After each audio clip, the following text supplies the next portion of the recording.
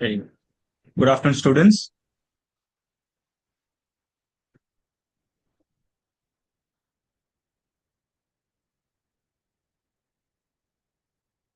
So, what we are discussing today?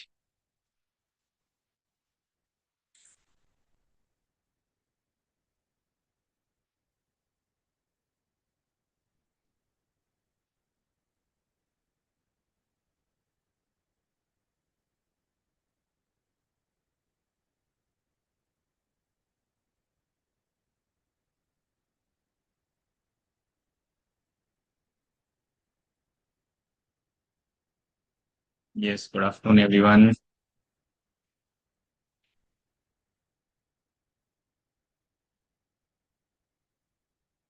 So, in our previous session, we were discussing on the topic of supply, and we will continue our concepts because we have taken two classes on this topic of supply. So, we are very much clear, correct? However, since we are spending so much time, you would have had some doubts. You would have just analyzed, thought of this what is happening in the class later on, and you may have some questions, right? So what we'll do is we'll give 10 minutes time for your questions, then we'll begin with our topic. In supply, our topic today is composite supply and mixed supply. So we'll go to composite supply, mixed supply, understand that, then go to the other circulars on the aspects of what is the clarifications, what are the circular sayings. So we will go through that also today. Okay. So once again, good afternoon to everyone who have just joined. We are discussing on the topic of supply and we will now proceed with the questions. We have time of 10 minutes. So you can ask any questions related to this topic.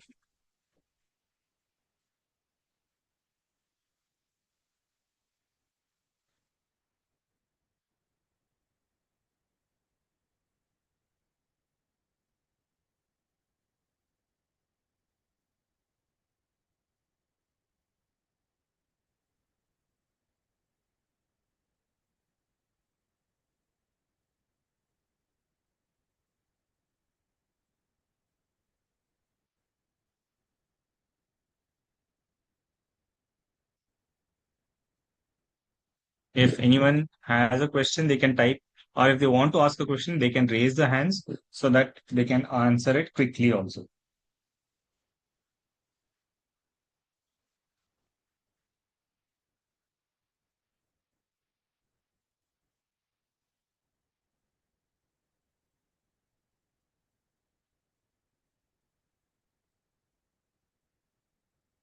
Yes, yes, Vishnu Kumar, what is your question?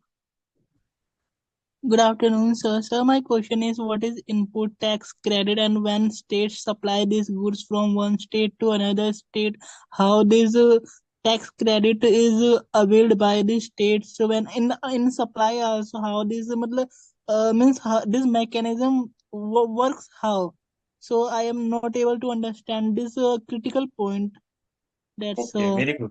So this is very important that you understand the input tax credits because in all the chapters we will be telling that input tax credit is available, input tax credit can be claimed. So what is input tax credit? Whenever you purchase something, okay, whenever you expense something, whenever you purchase or when you incur any expense, you are paying to the vendor. So when you pay amount to the vendor will charge GST, correct? Because on every supply, GST is chargeable. We are talking here about a registered person. Whenever you are buying from a person who is registered under GST, they will charge you GST, correct? So when they are charging you GST, that should not be a cost for you. That's why that GST, what is being charged, is claimable by you, which is called as input tax credit. Okay, I'm not getting into the definitions because we have a separate chapter on input tax credit. But for your understanding, I'm giving you a brief definition that whenever vendor charges you GST on his invoice, that you can take the benefit that is called as input tax credit. Now, what will you do with this input tax credit? Whenever you pay output tax on your sales, you will collect from your customer. But this GST, what is the input tax credit that you will reduce and then pay the balance? That is called as input tax credit. Now, on your second question of how will I claim the credit for an interstate purchase? Correct. Within the state, it is clear because the supplier is charging me CGST, SGST. I will claim it because I'm in the same state. So, whenever an interstate transaction happens, whenever you're buying from a person who is outside the state, that person will charge you IGST. Correct? Because it's a interstate transaction. On interstate transaction, he has to charge you IGST. So, that IGST, only that IGST can be claimed as a credit. If he charges you CGST and SGST, that cannot be claimed. So IGST is the mechanism to give answer to a queries that what happens in case of interstate. In case of interstate, IGST is charged, and that IGST credit you can take. We had seen, just see our previous chapters, we have seen the how the input tax credit can be utilized. We have seen a flow chart, we have seen a diagram where IGST credit can be utilized against IGST and with CGST and SGST. So IGST is a one type of special credit which can be claimed whenever you're making an interstate purchase.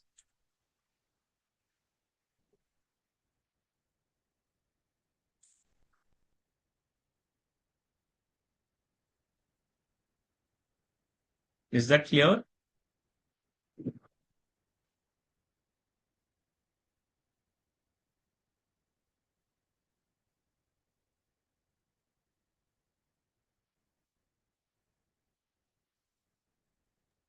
Yes, sir, it is clear. Sir, means credit availing means taking a benefits, no? Correct. Taking the benefit. Okay, okay. Taking the Thank you, sir. benefit.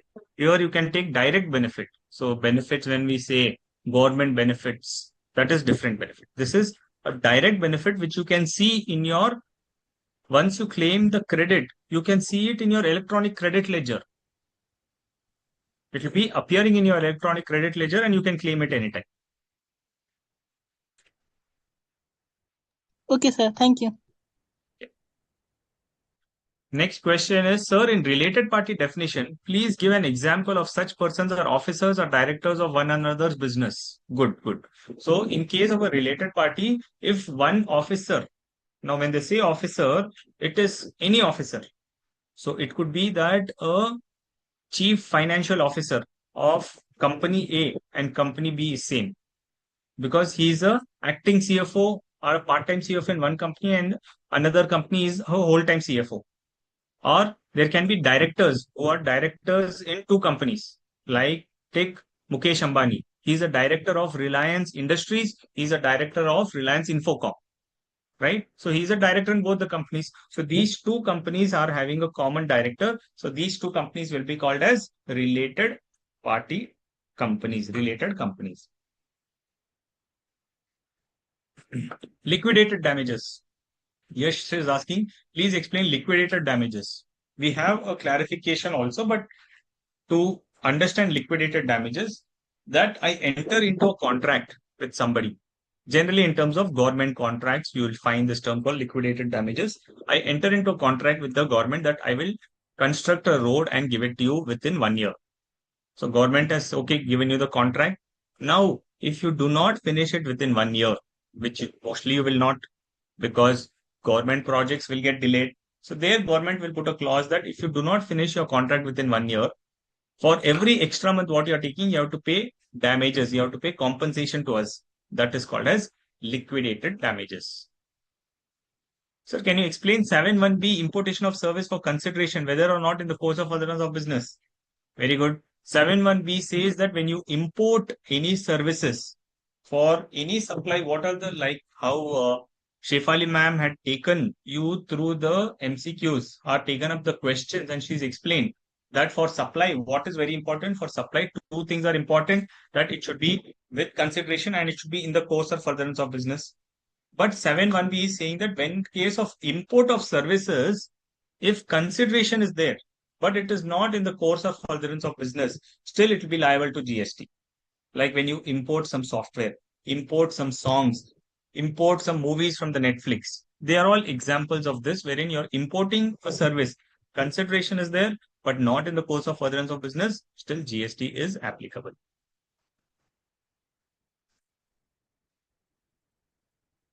Rent and lease. Rent would mean renting of a movable property. Lease is more used in the context of immovable property. Okay. Sabah Shakil, composite supply. We will go to composite supply today. We have just touched base it last time. We will continue it. There you will get a complete understanding of it.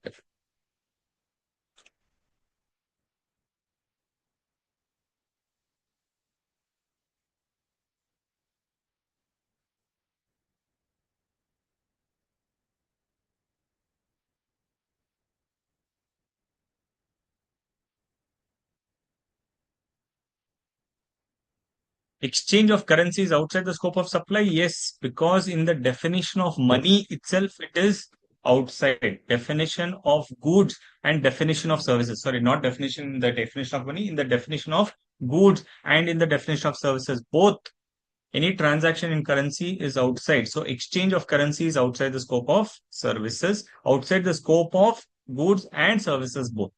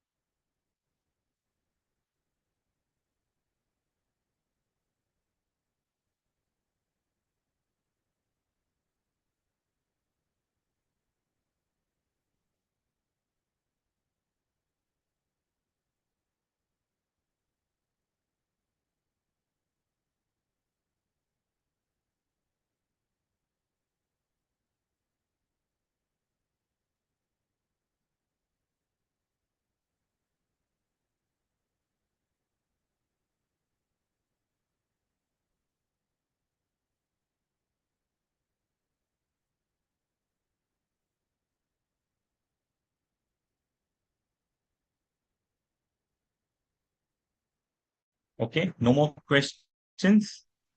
Fine. So good to go. We have a lot of clarity now, right? So now we can go and discuss on this topic of composite supply and mixed supply. So we understood what is supply, what are the types of supply, what is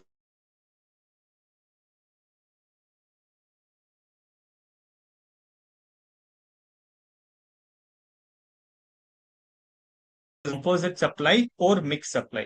दो चीजें होती है क्योंकि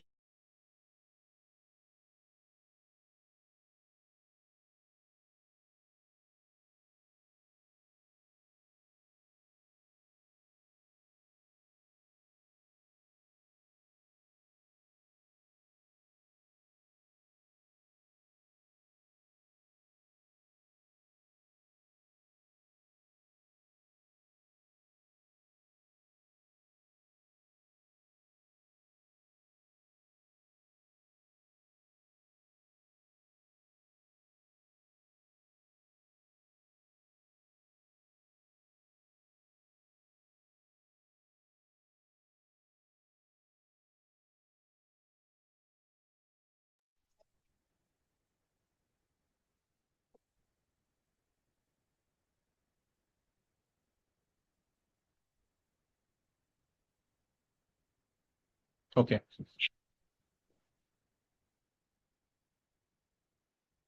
So there are two types of supply. Normally supply is one only, but because of the practicality, we may see that there can be two kinds of supply. One can be composite supply and another can be mixed supply. So what is composite supply and what is mixed supply is what we will discuss today. When they have defined under the Act also, Section 7 defines supply. Then Section 8 says that, okay, once it is a supply, now if two or more things are attached together in a transaction, then what should be the GST rate which will apply? ठीक है जैसे मैंने कुछ transaction किया है I went to a shop I bought 10 products Okay, let's take practically. Let's make it very simple. That you went to a shop, you said, okay, give me shampoo, give me toothpaste, give me soap, and also give me chips and give me chocolate. So five items you bought. Now shopkeeper is writing the bill. When he's writing the bill, five items, he's confused what should be the GST rate he should apply. Okay. Pay attention to this. Five items is given to you. He's saying chips is 5%. Soap is 18%. Shampoo is 12%. Now, when you bought five products, what should be the rate I should apply? So he's getting confused. That is example number one. Example number two, you have gone to a supermarket. There you saw that there is an offer that buy for 1000 rupees worth of shirt. Okay. And that's only not a shirt, it's only a cloth. That's a fabric cloth. And pay 100 rupees and tailoring service also you will get it. Only if you buy from that shop. Then you have to buy a shirt cloth for 1000 rupees. You bought a shirt cloth. Tailoring will be for only 100 rupees. So there, okay, you buy a shirt and you say tailoring service. There again, the shopkeeper is confused. The showroom person is confused. Shirt is 5%. Tailoring service is 18%. Now, what should be the rate I should apply on this transaction? He's confused. And I've confused you already. Now, you tell me, according to you, in the first example, when you go to a provision store, there are five products with different rate. What will be the GST rate which will apply? In second case, when you buy a fabric and the tailoring services, what will be the rate? Hello, sir. Yes, Shankar. Good afternoon, sir. Hello. Yes, good hello afternoon. Yes, please. Sir sir एक question था मेरा composite supply में.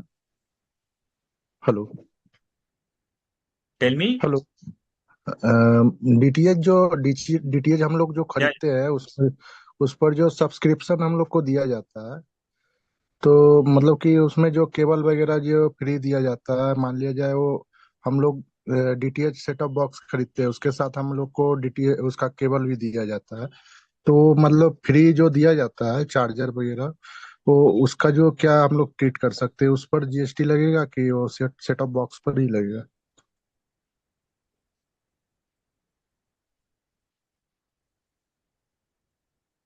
आपका network ठीक से नहीं आ रहा है.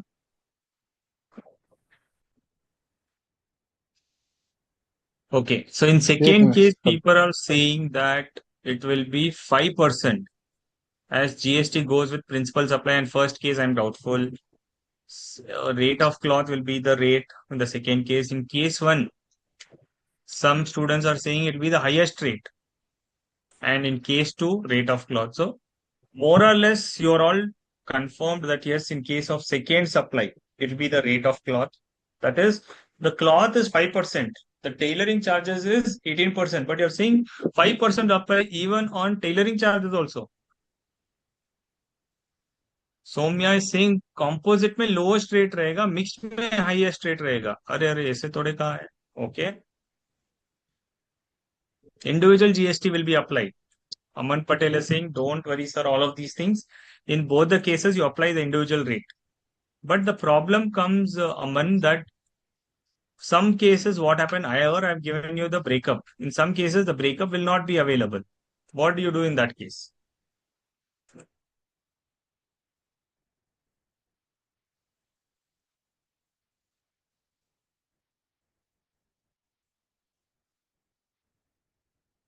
They say, okay, package of 1100, tailoring and cloth both. In that case, what do you do?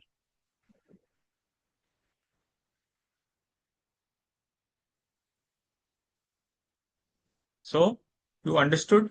There can be confusions when the biller raises the bill and he is not sure on what should be the GST rate he should charge. So what do we do in that case? In that cases, we have this concept of composite supply and mixed supply so that it will help and it will come to the rescue of the biller. Oh, Dhanush is saying 23% because it is 18 plus 5, 23%. Oh God. So you apply 23%. This is a new rate, what we are seeing. Very, very creative, Dhanush. You are beyond the law. You are saying that we should come up with a new rate of 23%. I thought the GST rate was only standardized 5%, 12%, 18%, 28%, and 0%. Five GST rates were there. Now you are coming up with a new rate of 23%. No, no, let the rate decision be rest with the department. Let them decide the rate. Let you concentrate on the law, not creating the law. There are law creators, they will create it.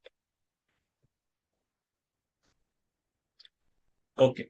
So definitely we are not clear on the rate. That's why we will understand this chapter of composite supply and mixed supply to understand what is the rate. Okay. So composite supply, there will be a different rate. Mixed supply, there will be a different rate. Why? Because there could be some transactions which are, so that's how we know that yes, there will be complications in a practical scenario. That is when we will have to come up with a definition that if is it a composite supply, is it a mixed supply, then what will be the GST rate which will be applicable. Now, composite supply means a supply which is made by a taxable person to a recipient and comprises of two or more taxable supplies of goods or services or both or any combination thereof. A composite supply means a supply which is made by a taxable person to a recipient and it comprises of two or more taxable supplies of goods or services or both, which are naturally bundled and supplied in conjunction with each other in the ordinary course of business, and one of which is a principal supply. So it is one definition. I've broken up it to four parts so we can understand it. Hindi में भी समझा देता हूँ उसको. Composite supply वो है जो supply होता है taxable person, tax by a taxable person to recipient को करता है. रिसिपेंट रजिस्टर्ड या अनरजिस्टर्ड उसकी हमें परवाह नहीं है. सप्लाई क्या से होनी चाहिए? टैक्सेबल पर्सन से टू अ रिसिपेंट. और क्या चीजें कंप्राइज होती है? Comprise of to or more taxable supplies होनी चाहिए. मिनिमम दो टैक्सेबल सप्लाईज होनी चाहिए. किसकी? गुड्स की या सर्विस की, या एक गुड्स एक सर्विसेज कुछ भी कॉम्बिनेशन चलेगा. दो भी सप्लाई जो है, दोनों या तीनों सप्लाई है, ये नेचुरली बंडल्ड है और एक दूसरे के साथ सप्लाई किए जाते हैं in the ordinary course of business. और एक सप्लाई जो है प्रिंसिपल सप्लाई रहना चाहिए. इसे कहते हैं composite supply. So when there are two or more supplies which are bundled together, which is naturally bundled and are supplied in conjunction with each other in the ordinary course of business, is called as a composite supply. Now let's take some examples so we can understand this. How do you determine? What are the basis for determining if services are bundled in the natural course of business? Because one of the criteria is mentioned when it is bundled and supplied in conjunction with each other in the ordinary course of business. How do you decide this? We had taken examples last time also, that what is the perception of the consumer or the service recipient? What does the consumer think? When he buys a mobile, he will get a charger also. So that's the perception of the consumer. So mobile and charger will be treated as a composite supply. Then, how majority of service providers in that business treat? Laptop with charger, yes, that is also a good example. How service receiver treats them, and some instances how service provider in that business treat it. Like a air travel agent, we will give a package which will be charges of the flight ticket along with his commission. So it is again bundled. You cannot separate it. They are naturally bundled itself. Then nature of various services in a bundle of services. There are various services and they are all bundled in the natural sense. Suppose when you stay in a hotel will provide stay facilities. Along with it, it will provide breakfast. as a complimentary. Most of the business stay, what we do, we see that complimentary breakfast. So that is the service which is provided in that industry, that accommodation with food will be available. So that is where it is nature of various services in a bundle of services, how it is provided. Business class in a plane, yes, air travel is that one. When you travel in a business class, then the automatic bundling is the meals which will be provided in the business class. So it is a naturally bundled activity. Then how it is normally advertised, same like a stay in a hotel, how the service is provided or how they do the advertisement. They generally do the advertisement that accommodation will be including the breakfast. That is the fifth category is when the different elements are not separately available. Like when you buy a water purifier from AquaGuard, the purifier, the AMC has to be bought from them. The air filter, the water filter has to be bought from them itself. When you buy the first time the water purifier, the water filter also will come complimentary along with the water purifier, which is not separately available. Separately could be available, but it will not be with the same brand, same quality. It will be a duplicate quality. Eureka Forbes, when you buy a water purifier, only Eureka Forbes is selling the air water filter also for that. So they are naturally bundled. Then, when there are different elements in a supply, but all of them are integral to one overall supply. Okay? When you have different elements in a supply. Again, I will explain this with the example. Like when you buy a laptop, only laptop you buy, that is sufficient. It has to operate. So you need to have an operating system. So by default, laptop, when you buy, it will ask you which operating system you want. Okay, some laptops come with a no option. Some laptops come with option where you can choose the operating system. The most popular used is Microsoft. Some other operating system also can come like Ubuntu, and some other operating system like Linux can also come. Like this, there are various operating systems. So when you buy a laptop, you will not break your head. You will just assume that the operating system will be bundled in the laptop itself. So when the different elements form an integral part to overall supply, it is also treated as a composite supply. That is, main product is laptop and operating system is an ancillary. You're not buying a laptop because you need the operating system. You're buying a laptop because you need the laptop, but without operating system, it cannot be operated. That's where you will install the operating system. So what is the principal product is what will be determinative. Okay. So what do we understand from this? A composite supply is a supply where two or more supplies are bundled together in the ordinary course of business. Right? So when two or more supplies are bundled, it is a composite supply. In composite supply, the GST rate, somebody was saying lowest of the rate. No, GST rate will not be the lowest of the rate or the highest of the rate in a case of composite supply. It will be the rate which is applicable for the principal supply. What is the GST rate for the principal supply? That will apply for the whole thing. Like in our example of mobile phones, say company government is saying GST rate on mobile is 12%, but on charger it is 18%. But what are you buying? You're buying a mobile with the charger. So it will be at rate of 18 rate of the mobile, which is 12%. That rate will apply on the whole thing, including the charger. Even though separate charges is not mentioned, whatever is the GST rate on the mobile, that will apply for the whole package. Right? Similarly, stay in the hotel. If it is less than 7,500, there's a separate rate. More than 7,500, separate rate. So whatever is the GST rate for the main stay, and restaurant services is 5%. So you will not have differential rate. What is the principal supply? That rate will apply on the whole stay package. Clear?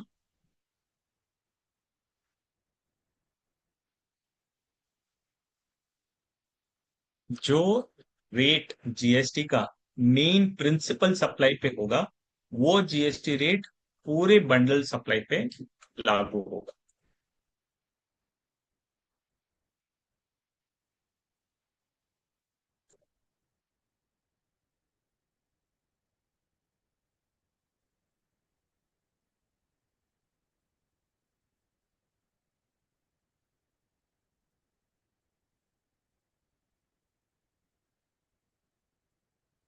कुछ again जैसे हमने समझ गए हैं अभी कि composite supply क्या है, अब फिर से कुछ सर्कुलर आ गए हैं जो हमारे डाउट्स को क्लियर करेंगे। What is the first thing? It is printing of books. When you have given a contract to a printer to print books, pamphlets, etc., where very content is supplied by the publisher. In a book, what is important is that is the not the normal ruled books. I'm not saying notebooks. I'm saying published books. In published books, why do you buy the book? Because you like the paper quality, or do you like the wrapper of it? Why do you buy a book generally? Say a story book or a novel book. Why do you buy it?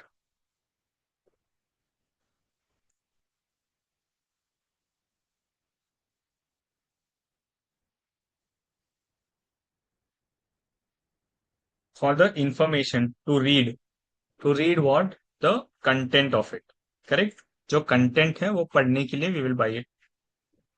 So content is important.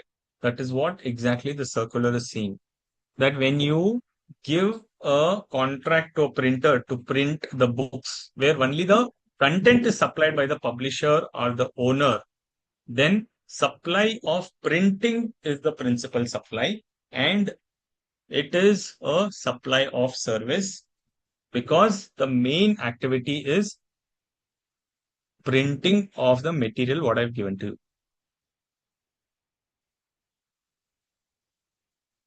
Now just understand this with us another example, then you'll understand this better. But on the other hand, if you give a contract for printing of envelopes, printing of the letterheads, printing of napkins, using the logo or design of the recipient. I am not giving you the content. I am giving you the logo which has to be printed. Here, the printer, is he getting any content? No. He is only getting the logo and goods. He is only buying it. He will buy the paper and he will print it. So here the predominant supply is supply of goods and printing is ancillary because I need what? I know need that envelopes. I need that letter cards. I need the napkins. Just logo is ancillary for me. So here the principal supply is supply of those materials and insertion of logo is just ancillary. So in the first instance also it is printing, second instance also it's printing. But in the first instance, there is a content for which the product is having the value. And that content is provided by me. He is only doing the printing of that activity. So he is providing me service. In the second case, he is providing me the goods. Clear?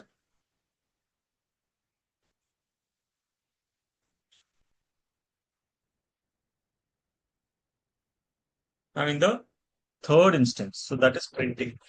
Now when it comes to food supplies to patients at the hospital. Okay. Hospital, you need to understand that hospital is a healthcare service and healthcare is exempted under GST. Healthcare services are exempted under GST. So in that scenario, you tell me healthcare doctor services are free, are not free, free from GST. Doctor will charge their charges. Now in that hospital, okay, food is provided to patients, right? Now, when food is provided to patients, what should be the GST rate which the hospital should charge on this food which is being supplied to the patients?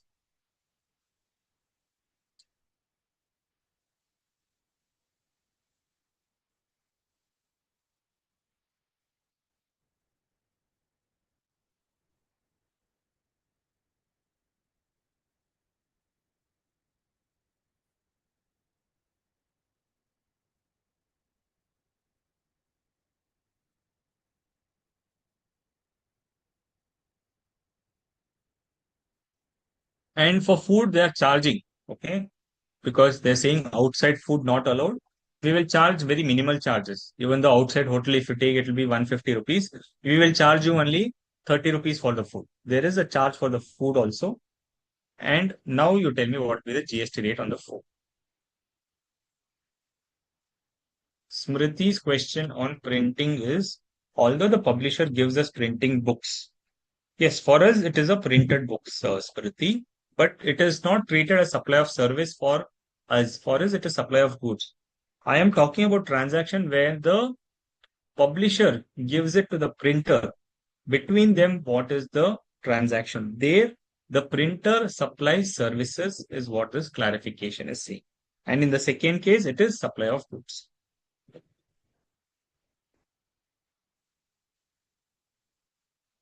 What is the meaning of predominant supply? Predominant supply means important supply. Okay? What is predominant? What is the main thing why you're going to him? In this second scenario, I've said predominant supply is of goods. मतलब जब आप printer के पास जा रहे हो वो goods भी दे रहा है और सर्विस भी दे रहा है. क्या गुड्स दे रहा है आपको? एनवेलप्स दे रहा है. In this envelopes, what he is giving you the envelopes. But is he just giving you the envelopes? No, he's printing the logo also. So envelopes also is involved, printing of your logo is involved. But what is predominant? What is important for you? That you need to get the envelopes. So predominant supply is goods, important is goods is what we are seeing. So food will be free of GST. Rajveer is saying GST on food from canteen.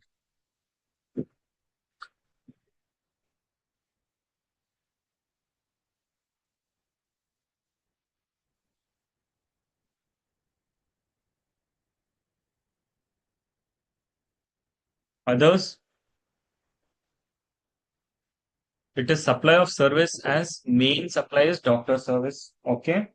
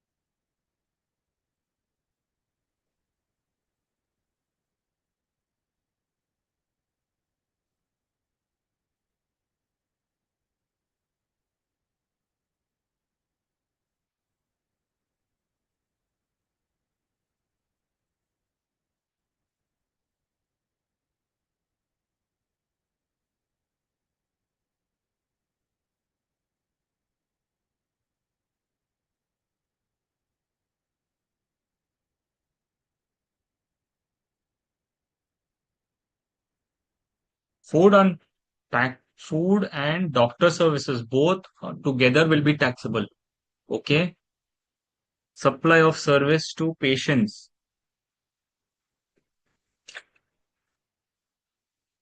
In DTH services with adapter, set-top box and cable. It is composite supply. Yes, it is composite supply. So, in case of food supplied to patients, the main thing why you're going to the hospital is that you'll get good food, so you'll get admitted. आपको entry भी नहीं मिलेगा. Unless the doctor diagnoses and says that you are not well, you cannot enter the hospital also, right? You should have some sickness or any health issues, only then you can go to the get admitted in the hospital. So the predominant service is supply of healthcare services. Since it is healthcare services, the food is ancillary. Just because the hospital does not want any outside food, and during the stay you should be healthy, so they are charging for that food at a subsidized rate. But the main service is supply of healthcare. Healthcare, as I said, will be exempt. So on the whole, healthcare plus food, GST will not be chargeable. Okay.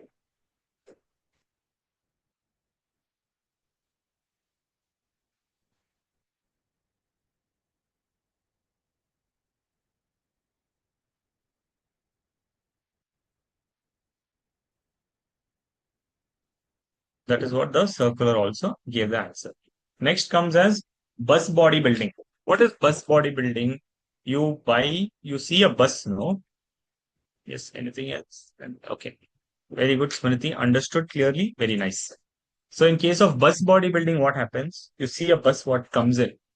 The persons who are buying the bus, they are only bothered with the engine. कि engine strong hona chahiye. So they will buy the bus sellers also like Volvo or Marco Polo, who are the suppliers, the bus bodybuilders, Ashok Leyland. They will give you the chassis. They will give you the main uh, structure, the base of the bus. On that, whatever chassis you can fit it. So you will have to buy the bus from the bus companies, bus suppliers, and you have to give it to a job worker who will install the chassis on it. Generally, that's the thing. So that is called as bus body building. You're buying the base of it and you're giving to a bus bodybuilder to build the body of it. So when this bus body builder does only the installation of it, right? So the predominantly activities you are giving the bus, you are giving the chassis. Now he is installing it, doing the screwing, nutting, bolting, and soldering of it, right? So he is only providing the supply of service, that is service of attaching both together.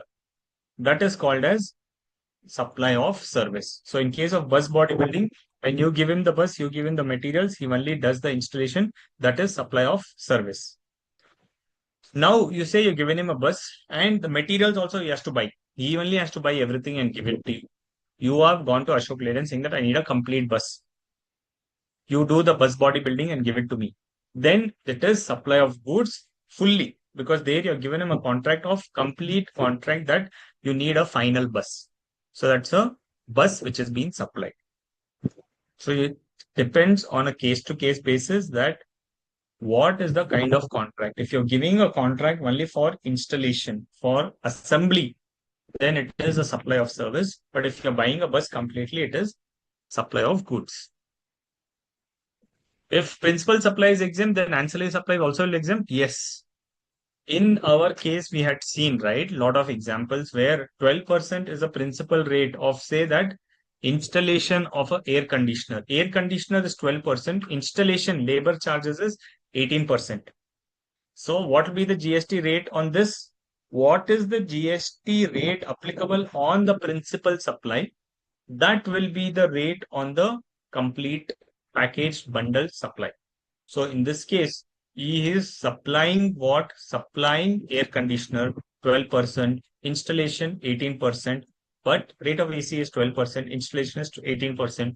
Then what is the rate of the AC? 12% will apply on the whole product. And similarly, in case of healthcare, healthcare is exempted, zero rate है और उसे आप food भी include कर रहे हो तो उसके ऊपर भी पूरा एग्जेम्प्ट हो जाएगा. ठीक है.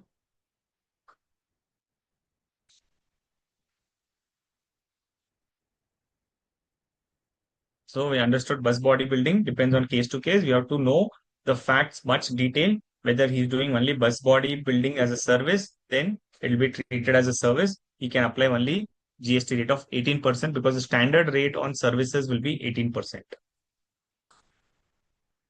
Then supply of service, retrading of tires.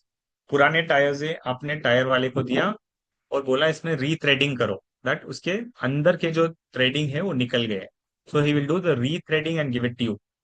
So if that is rethreading of tires, he is not giving you any material. You are giving him old tires. He is doing the rethreading and giving to you.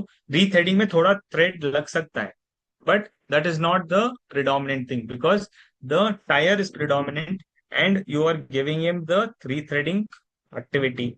So rethreading is a service activity. So in case of rethreading of tires, it is a supply of service. Now, however, you do not have old tires. You have told the rethreading fellow itself that आपके पास कुछ पुराने tires रहेंगे. If you have some old tires and you do some rethreading and give it to me, I cannot buy a new tire. So if you have any old tires, rethread and give it to me. I'm not buying the old tires as such. do the rethreading and give it to me, then it is supply of goods, because predominantly you want, or importantly you want to buy a tire, he's doing some labor work and giving it to you. ठीक है? Subhashini, in case of बस body building हमने क्या कहा था, अगर बस body building में आप बस खरीदते हो और ऊपर का चैसी भी आप बस वाले से ही खरीदते हो, then it is supply of goods. लेकिन अगर आप बिल्डर बस कंपनी से मेन प्लेटफॉर्म लेते हो और ऊपर का चैसी किसी और से लेते हो, और इन दोनों का असेंबल करने के लिए आप बस बॉडी बिल्डर के पास बात जाते हो, then what is he doing? He is only providing you the labor for which he will charge you as a supply of service. तो important aspects in all of these aspects is कि आप क्या provide करते हो और क्या आपको मिलता है। आप कुछ प्रोवाइड नहीं करते हो, वही पूरा लेगा, then it is majorly supply of goods. लेकिन आप आपके मटेरियल प्रोवाइड कर रहे हो और वो उसके ऊपर कुछ लेबर एक्टिविटी कर रहा है, then it is supply of service. So you said the tax applied on principal will be applied for ancillary. Will that apply on both natural and unnaturally bundled? Nahi, only naturally bundled. There's a food supplied to patient is not natural. It is not natural, but outside food is not allowed, right? Outside food is not allowed. The patient has to eat. So the nature of the organization is that you have to buy it. If you do not buy, outside food is not allowed. So you have to buy it from them. So it will be treated as a naturally bundled. If an option is given, you buy or no, then what you're saying is right, Dhanush. But if there is option not given, you have to buy it from there itself. Then it will become naturally bundled. And generally, for patients, when you're buying, it will be naturally bundled. Now you like the food, and for non-patients also, they're providing the food. जैसे आपके तबीयत ठीक नहीं है, आप गए हो hospital, आपको खाना अच्छा लगा, मैं आपका फ्रेंड हूँ, वहां पे आ जाता हूँ, I said okay I like the food, you give it to me. Now for me they will charge, now whatever charges they are living to me, I am not a patient, then whatever charges they collect from me, on that they have to pay GST. Clear?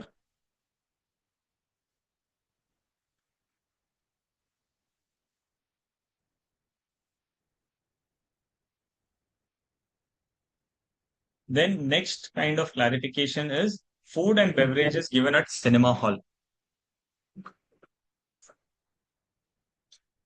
The food what is given in the cinema hall should be taxable as what? Cinema hall as a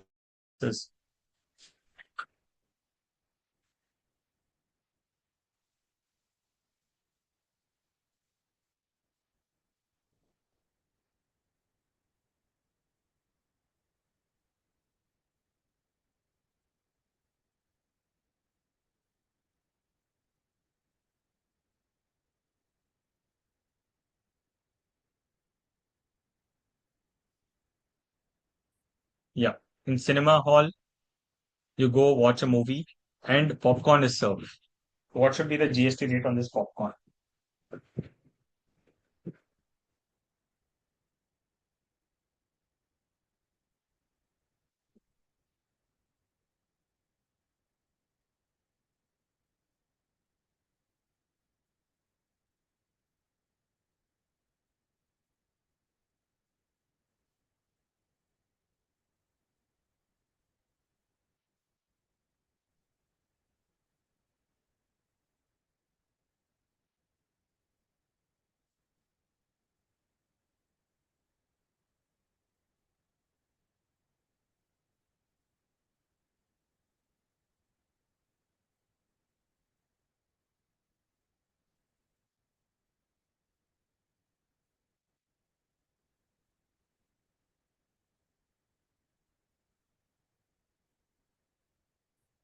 This complement.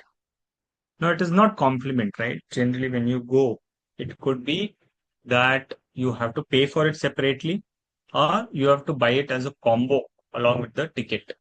So two option. Option one is you go buy a ticket for 100 rupees, and when you eat over there, popcorn will be 1000 rupees.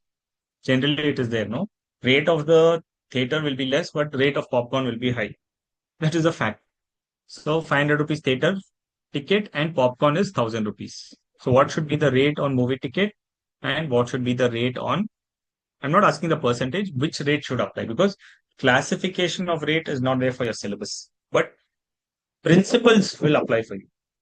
Should be the rate on popcorn and what should be the rate on cinema ticket. So cinema, say it is 18% and restaurant services is at 5%. That is option one. Second is you buy both popcorn and movie, they will give you at a combo rate of 1,200. Now on that, what should be the GST rate? First example, scenario one, both you're buying separately. Theater, 18%. Restaurant, 5%. What will be the rate? Second, it's a combo for 1,200. What will be the GST rate?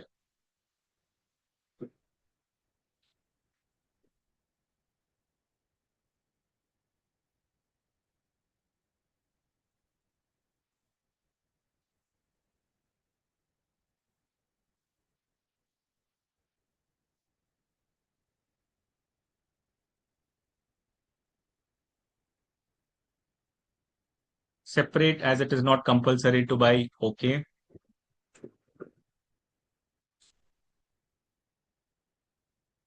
Rate which is one on the movie ticket.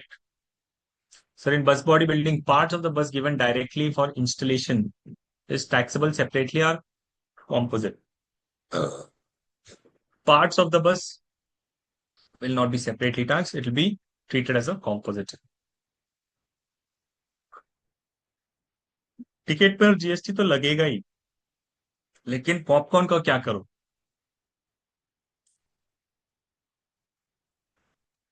If movie is watched, then combine and GST on movie ticket as it's a primary supply. Okay. It is complement, then rate of ticket. If not, then rate of popcorn. If it is not composite, it is not a composite as we have choice to buy. Yes. First, it is 18%, restaurant 5%, second, principal on cinema, so 12%. Okay, good. Various analysis you have done. So, what does the circular say? The popcorn, if it is bought independently, okay, then you have a choice to buy or not to buy. So, it is like a restaurant service. बाहर की जगह अंदर डाल दिया गया है. So, it will be taxable as a restaurant service. Okay, the popcorn will be taxable as a restaurant service or restaurant पे 5% GST rate. ठीक है. In second, when it is club combo है, then what is the primary supply? Primary supply is supply of the movie ticket. So movie ticket will be treated as a principal supply और उसके ऊपर जो rate है वो सबके ऊपर लगेगी. ठीक है.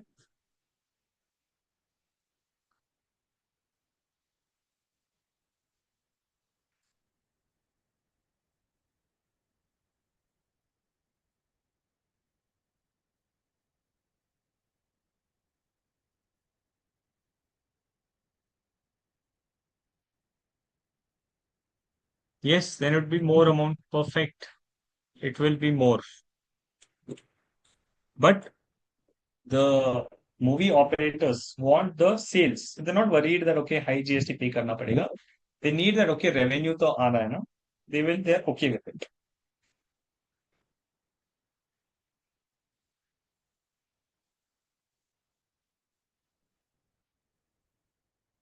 Okay, so that is what is composite supply and mixed supply. Somebody was asking what is the circular number. I'll just tell you the circular number.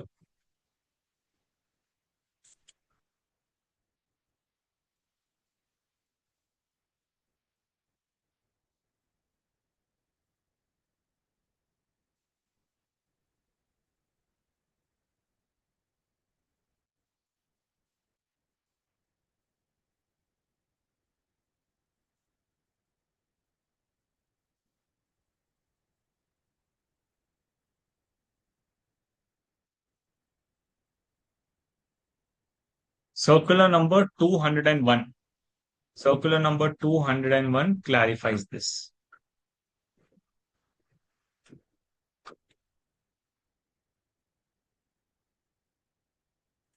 So, but they give us discounts in the combo case. Fine. That's why they're given. That's why I've clearly told you the pricing on 1,000 popcorn and 500. It is actually 1,500, but they're giving you 1,200. Still, for a GST classification, they're giving you a discount. GST will be charged after discount only. So 1,200. What is the GST rate on the movie ticket? That is what you will apply.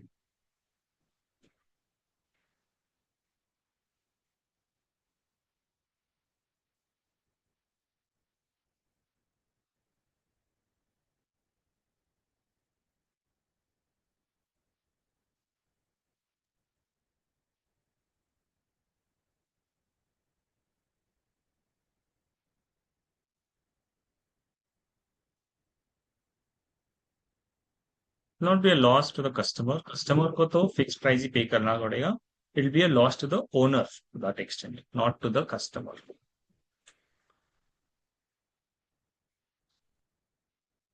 ठीक है. Now we understood what is the composite supply. Now we'll go to what is the mixed supply. जो composite supply कहा गया है, उसका opposite है mixed supply. Once we understand what is composite supply and what is mixed supply, then we'll go back to our basic question of what I started with. And then we will see what should be the GST rate when you buy goods from a provision store. And in my second example also, what was my second example? Second example was air conditioner.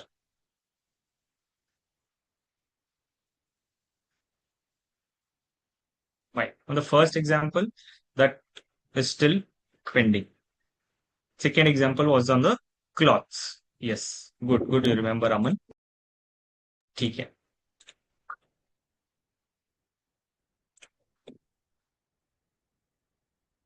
Mixed supply has been again defined as two or more individual supplies of goods or services or any combination thereof, which is made in conjunction with each other by a taxable person for a single price, where such supply does not constitute a composite supply. अगर composite supply है, then it is not a mixed supply.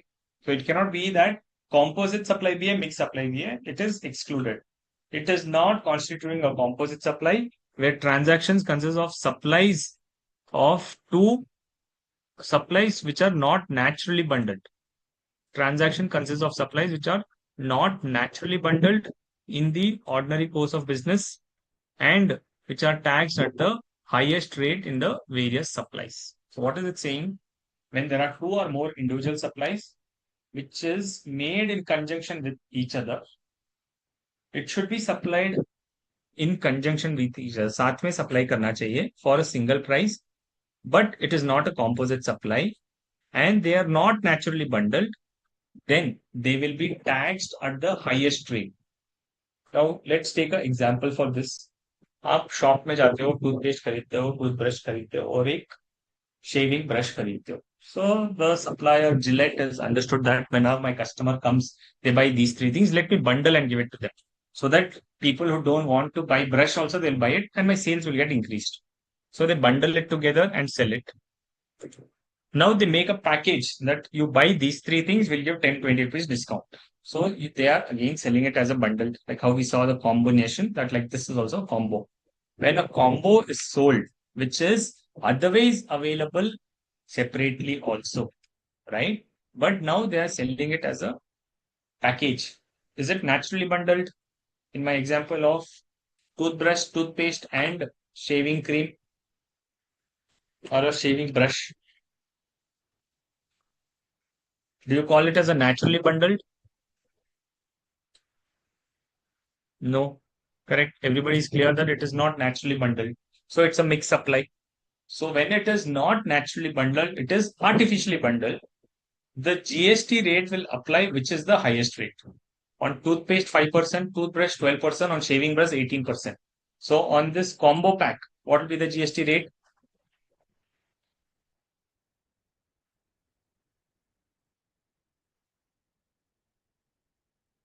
18%. The highest rate is 18. So 18 will apply on the whole combo pack. Price एक ही रहेगा, 100 rupees. On 100 rupees, they will not split further. On 100, you will charge 18%. Okay? So that is composite supply and mixed supply. Now you tell me, we understood composite supply, we understood mixed supply. So in the first example, going to a provision stores, buying 5 different products, the biller is still waiting for you that, okay, my GST students will understand what is composite supply and mixed supply and give me the answer. So he's still waiting for the counter and asking what should be the GST rate I should charge.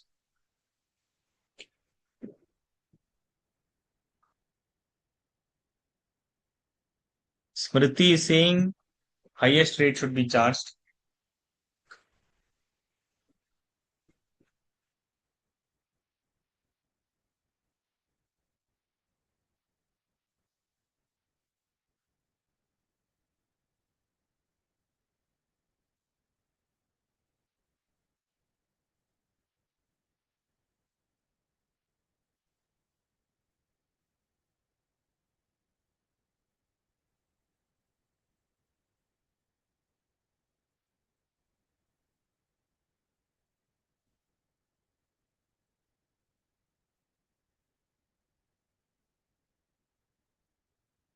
highest rate.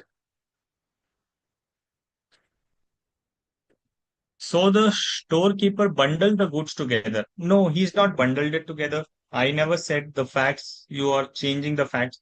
I said you wanted 5 products. He gave you 5 products. Mahak Dabar is given the correct answer. Rajveer is given the correct answer. Yes, now we are getting the correct answers. So every supply will not be categorized as composite or mixed supply.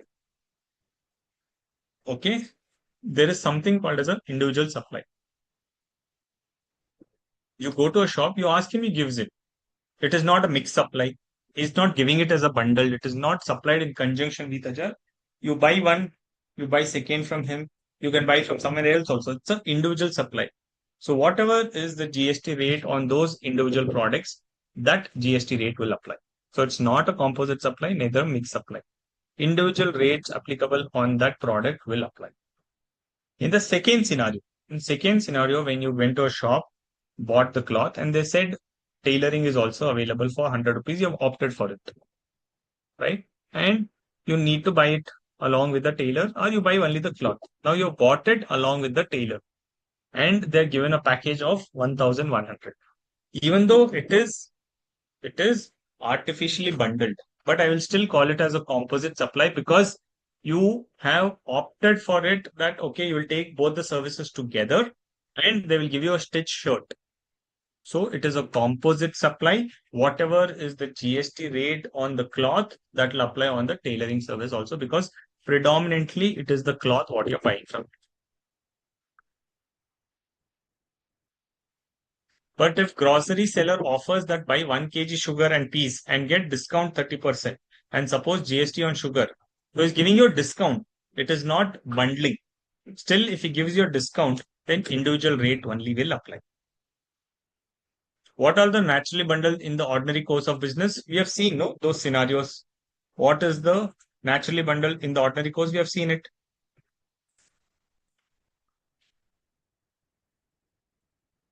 Various scenarios we have seen, Shankar. These things, various things can occur.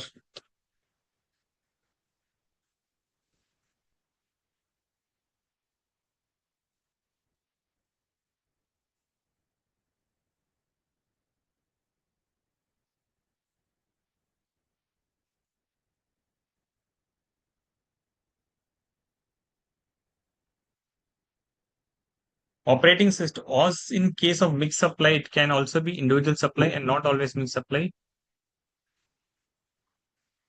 I didn't understand your question, Aman.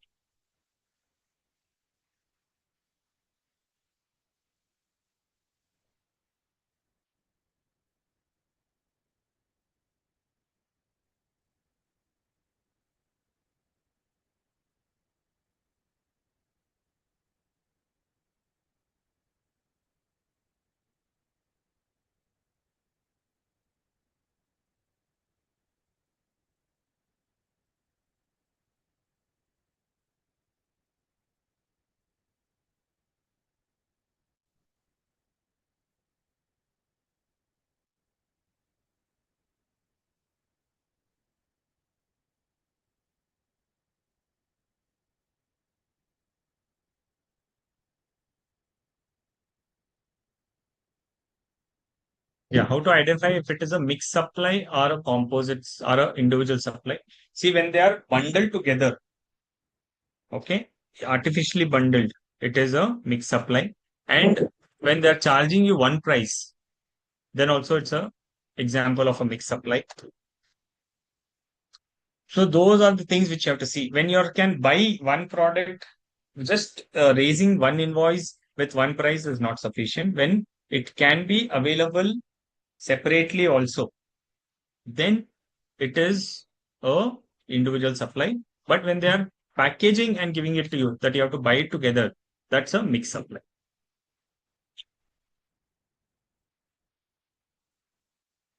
Give some examples of mixed supply. Like I've seen this combo hampers, gift hampers, baby hampers. When you see Johnson's oil, powder, and shampoo, they give it together. So those hampers are all examples of mixed supply.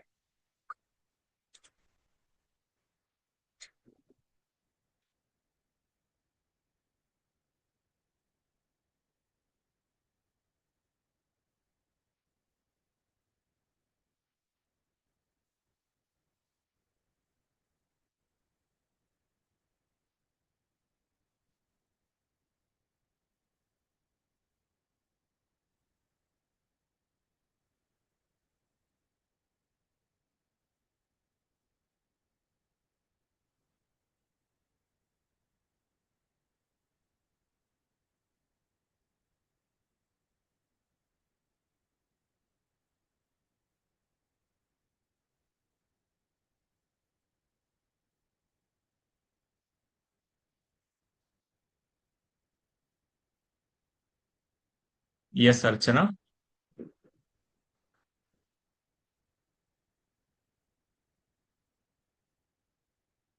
Buy one, get one is not an example of mixed supply. Buy one, get one is example of a composite supply because you're buying it as a supply because buy one, get one is naturally bundled, right? This buy one, get another one is a mixed supply. But when buy one, get one comes in, you have to buy both together. It's a it's a composite supply. I just asked to unmute. I think now you can unmute, Archana. Yes. Good afternoon, sir. Yes, please. My doubt is when, uh, for example, last month also I got a product for Ashirwad Atta, Ashirwad Ragi flour was given as a free. And will it come in mixed supply or composite supply, sir? Since it is not separately charged, and when you're buying the atta, the ragi powder is coming free. So it's a composite supply. Okay, sir. Because whatever is the rate, what is it? It's a composite supply, and there is no rate which can be assigned for the free product, right? So what Okay. is the main product? The main product is atta. So that will the price gets apportionment internally in the costing end. But from the customer, separate pricing is not charged. So it will be a composite supply. Okay, sir.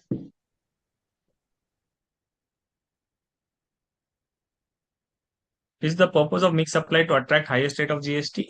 Not the purpose, saying that if the nature is such, then highest rate will apply. So the purpose is not that, the result is that.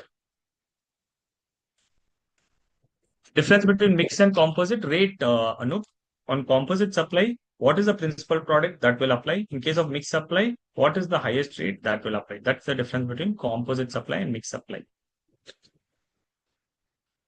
Movie combo pack is supplied as a yeah. So the circular said that because generally what you're saying is right. It should be mixed supply, but the circular is saying. So you please quote that circular in your answers and say that circular is saying that in case of movie tickets, it is a composite supply. So I'm treating it as a composite supply. So if you buy different products from a store, the store apply individual tax. Yes, they have to apply individual tax itself. So even when you buy to go to shopper's stop, you will have a big list of items. Down they will give 5%, what is the value, 12%, what is the value, individual rate they will apply. So does sometimes unnaturally can become composite? No. Only if it is naturally bundled, then it will become composite. Nescafe sells their coffee 500 grams with their 100 gram combined together. Will that be a mixed supply? They give it as a free package. When it is free, that you buy 500, 100 grams free, then it's a composite supply.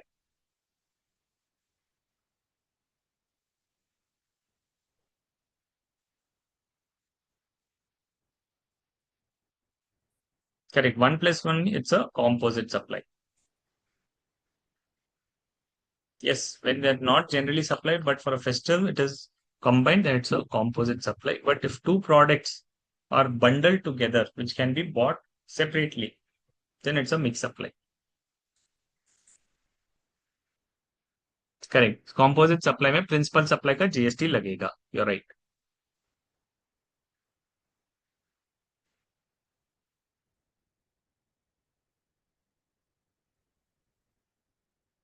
Coffee powder with mug, so it's a complimentary thing, mug के लिए आपको charge नहीं ले रहे हैं, so it still be composite supply, it be composite supply. What does tax at highest rate in various supplies? जैसे मैंने example दिया था, if there are 3 products, what is the GST rate, not the value, GST rate. Say even if 1 rupee pencil is getting added and 1 rupee pencil is taxed at 18%, 18% will apply on the whole package. So अपना example था toothpaste, toothbrush and shaving brush. Toothpaste का छोटा ही pack रहेगा, right? But still, if the rate on the toothpaste is 28%, for example, 28 will apply on the whole bundle. Highest rate is the highest GST rate. Horlicks with cup free, again composite supply. Great. Okay. So good questions asked. What will be the code effect of HSN code on composite or mixed supply? HSN code, you have to give individual HSN code, but composite supply के लिए GST rate will be main composite principal supply rate. So when you report it, you will have to report because you don't have separate pricing. If you have separate pricing, fine. But if you don't have separate pricing, HSN code for the principal supply only has to be mentioned. If Lifebuoy soap is sold along with Lifebuoy hand wash, then it's a mixed supply. ठीक है? Good. Keep those questions coming in. We'll take a break of 10 minutes and come back.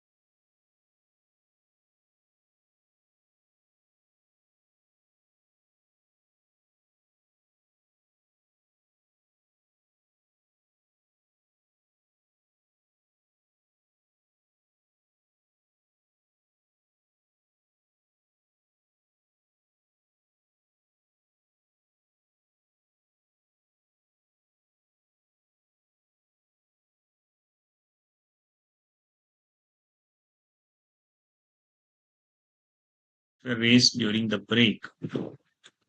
Let me take that one by one.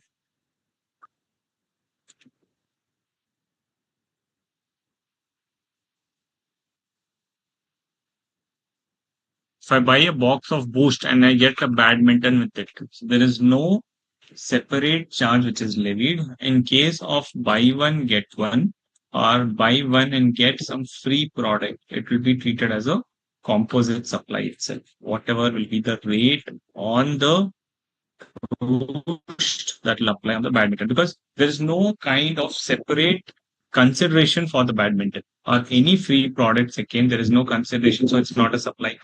So should you reverse the ITC was the question, that you do not have to reverse, because the pricing is considered that the sale price of the principal product is capturing the free product.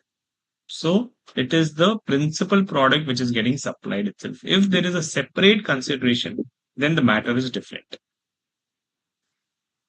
Correct. If complementary items are given free, then it's a composite supply. And if it is not complementary, then mixed supply. You're right. In case of this example, Mahek, of Kinder Joy chocolate plus toy, the principal product is a chocolate itself. So it is a chocolate which is being sold, not as a toy. So it is bundled. That product is bundled together. So normally chocolates and toys are separate, but in that scenario, that product is bundled in such a way, and it is naturally bundled. You cannot get the toy separately, or you cannot get the chocolate separately. So in that scenario, people understand Kinder Joy as a chocolate with the toy, so it is a composite supply. So in the combo of cold drinks, while purchasing of ticket, so when you purchase cold drinks as a combo ticket, that you buy a ticket and get the cold drinks, it is still a composite supply as per the circular. Smriti, in the case of cinema theater, they are specifically analyzed. In the circular, they've said that when somebody buys it, the pricing is together, and the person who sits there enjoys the services of those snacks. That's where they've said that it is composite supply. But in all other cases, it will be mixed supply itself. Yes, Soumya. Good afternoon sir Yes. Sir last में ये दे रखा है mix supply और composite supply की summary दे रखी है इसमें मिक्स सप्लाई में लास्ट में पॉइंट लिखा है tax liability should be the rate applicable to the supply that attracts highest rate of tax तो मिक्स सप्लाई में जो हाईएस्ट रेट होगी वो लगेगी टैक्स की करेक्ट, वही हमने डिस्कस किया है ना, जो हाईएस्ट रेट होगी, highest GST rate, not highest GST rate जो हाईएस्ट जीएसटी रेट रहेगी वो अप्लाई होगी. ओके सर और कंपोजिट में principal supply sorry, composite supply में प्रिंसिपल सप्लाई की जो जीएसटी रेट होगी वो लगेगी. Correct correct. Okay sir thank you. तो वहां पे एक एग्जांपल भी दिया है. Srinagar enterprises supplies 10,000 kits amounting to 5 lakh rupees to Raghav General Store. Each kit consists of one shampoo, one face wash and one kajal pencil. ये उसने kit बनाया है. It's a mixed supply and it is treated as a supply of that particular supply which attracts highest rate. Assuming the rate of tax applicable on shampoo is 18%, face wash is 28% and kajal pencil is 12%. So in that case, highest rate क्या है? 28%. So highest rate of 28% will be charged on the whole value of 5 lakh rupees.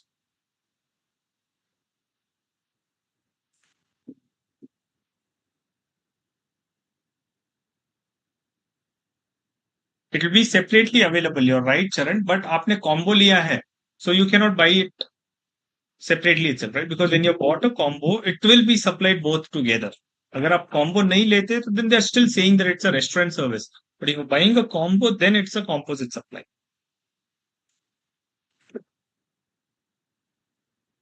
Play equipment with 18% GST, indoor play equipment with 12% GST, installation charges 18%. Highest rate in this case, no. In case of a play equipment, when you're buying a play equipment and you want the installation, right? It is a composite supply. In our individually, it's not a mixed supply, no. It's a composite supply, because the person from whom you're buying the play equipment, he only will do the installation. Correct? So it's a composite supply. If Mr. A takes architect services from an unrelated person who is London, will it constitute a supply? Definitely. Import of services without consideration is a supply. Without consideration from a unrelated person, if it is with consideration. If it is without consideration, no supply. Because import of services should be with consideration.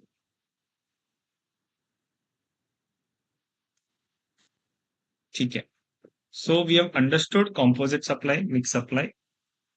Now let us take some pointers here on some MCQs so that we'll know what is our understanding and how is it correct or no.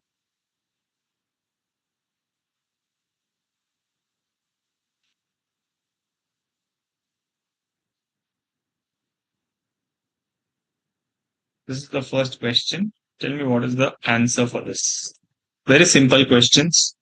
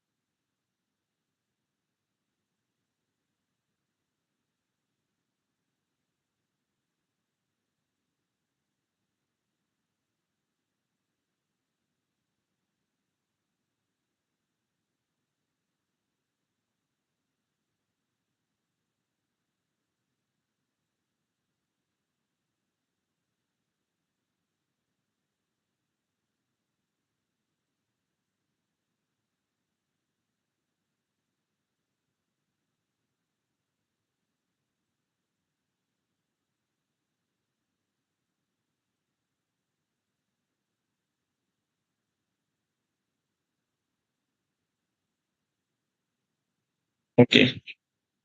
So the first one, just few answers. Anyways, everybody has given a correct answer that the answer is B. Because import of services is treated as supply even if it is not received in the course of furtherance of business. Right.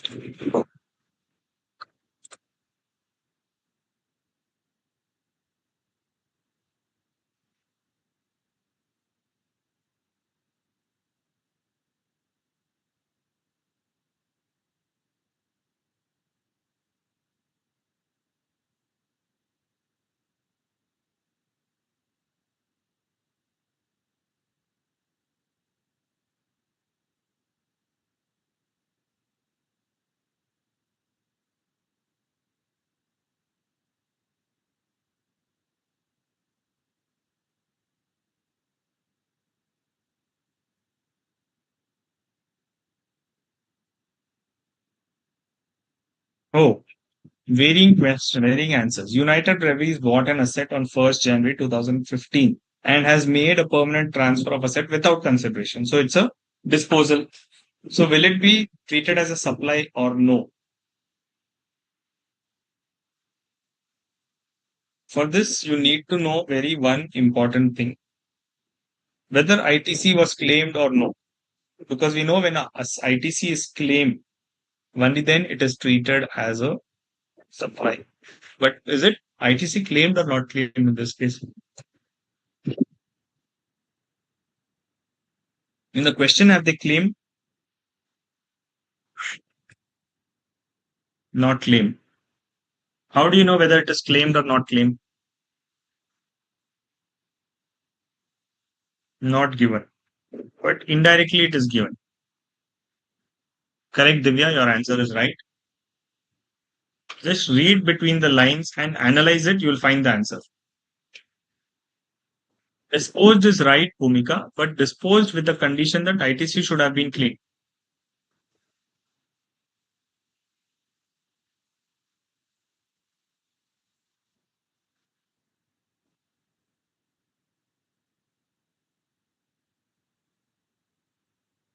not mentioned. I can see that it is mentioned when they say United Breweries bought an asset, okay, on 1st January 2015. What does it mean? Just first line gives you the answer.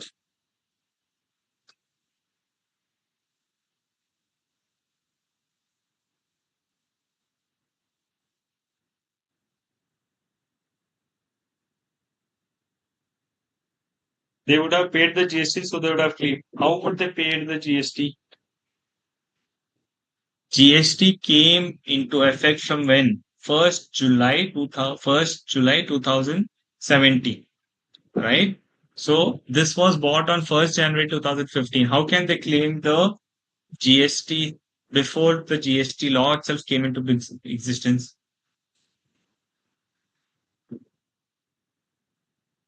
So they have not claimed the input tax credit because the asset itself was bought before GST came into picture.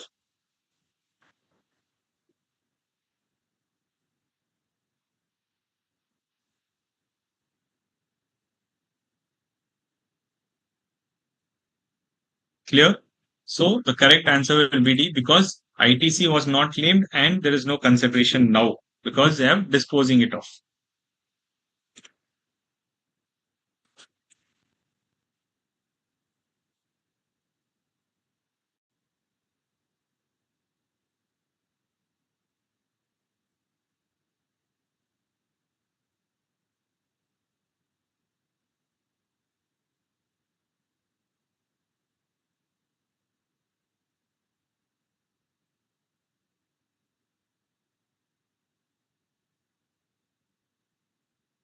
Clear? So the correct answer is B. So you have to see when was the product bought. That is also important.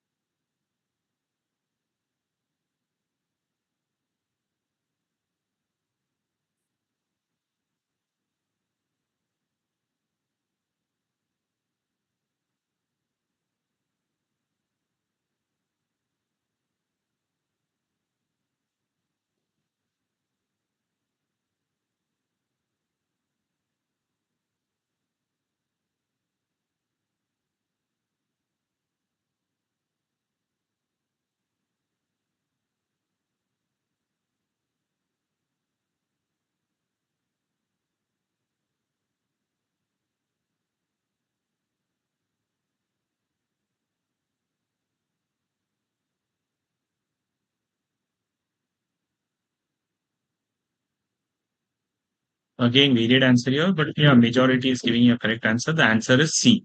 Currency that is held for its numismatic value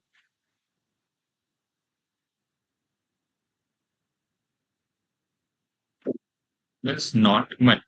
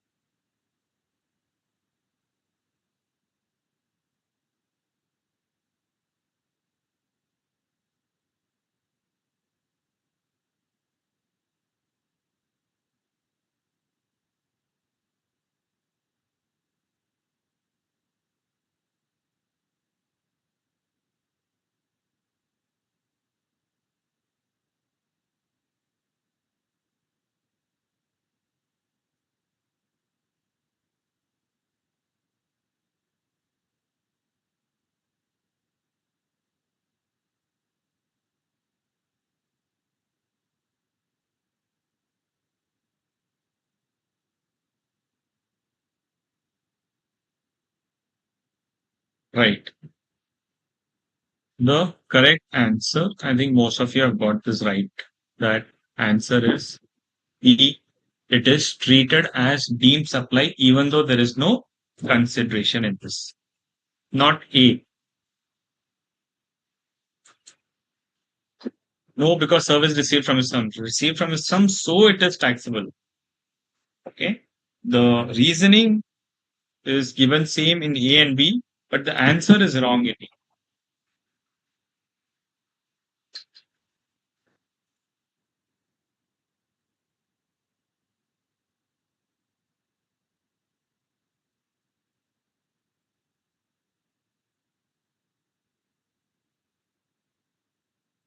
What will be the tax on it in case of fourth one?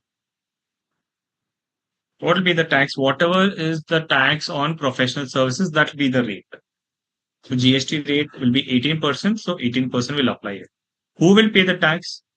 That we have to say. Because on importation of services, Ankush, there is a concept of reverse charge mechanism that will apply here. So in case of importation of services, it will GST has to be paid by the recipient.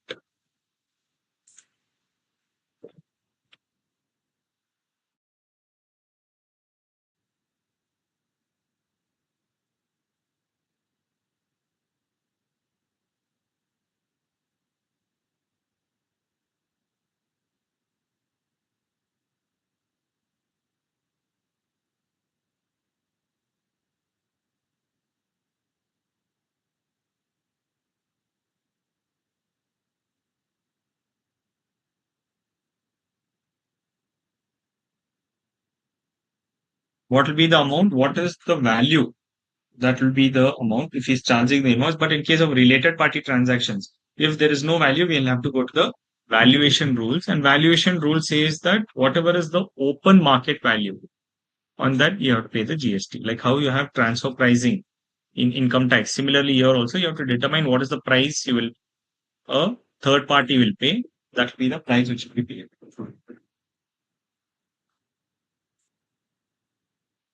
Right. 5. Correct answer is B. Supply of services between principal and agent without consideration.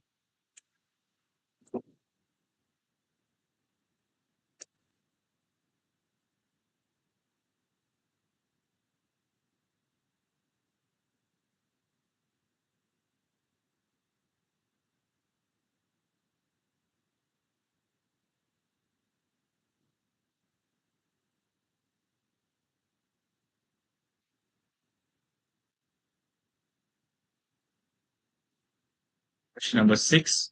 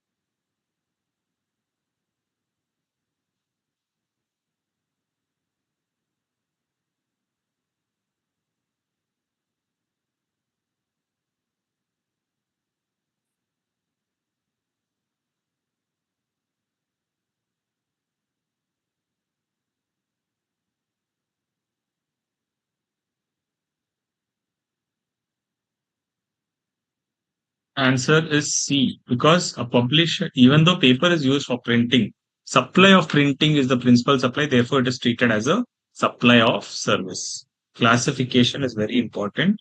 So in this case, publisher asked the proprietor to print it where the content is provided by the publisher itself. So it's a supply of service.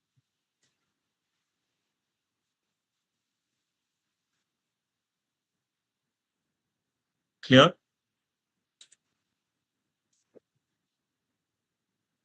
से explain कर दो। इसको देखिए, ए एक publisher है, publisher बोलता है B को, जो प्रिंटिंग प्रेस वाला है, कि मैं एक कंटेंट देता हूँ, जो बुक का कंटेंट है मैं देता हूँ, आप उसको प्रिंट करके दीजिए।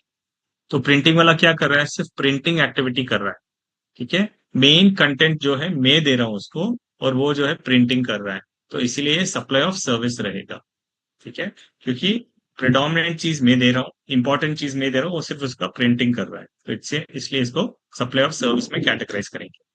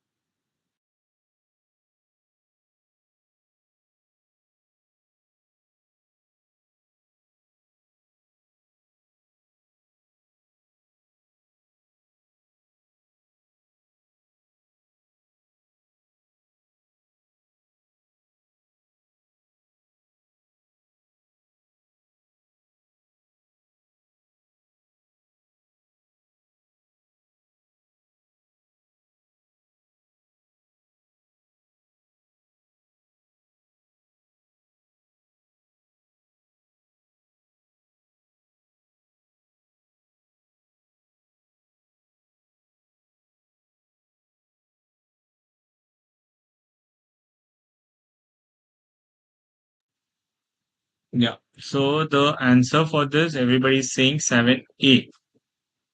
The correct answer, servicing of cars. Okay. The answer is B, because it's a separate supply.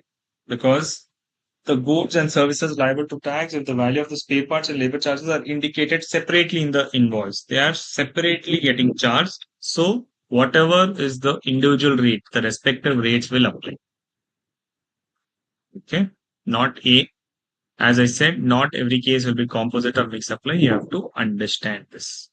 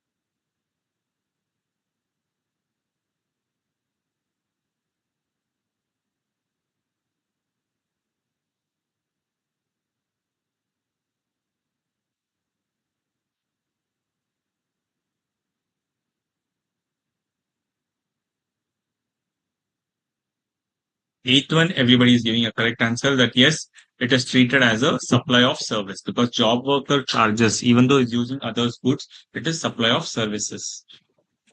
Next question.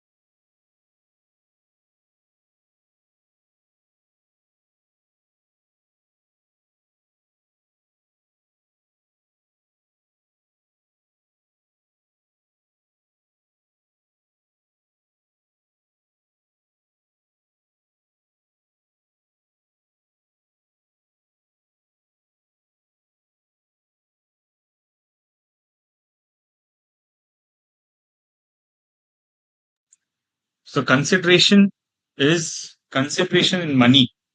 Okay, consideration in money is not liable, but the consideration charged, conversion of money is not liable, but the consideration which is charged for such conversion will be liable. So answer is B, which is right.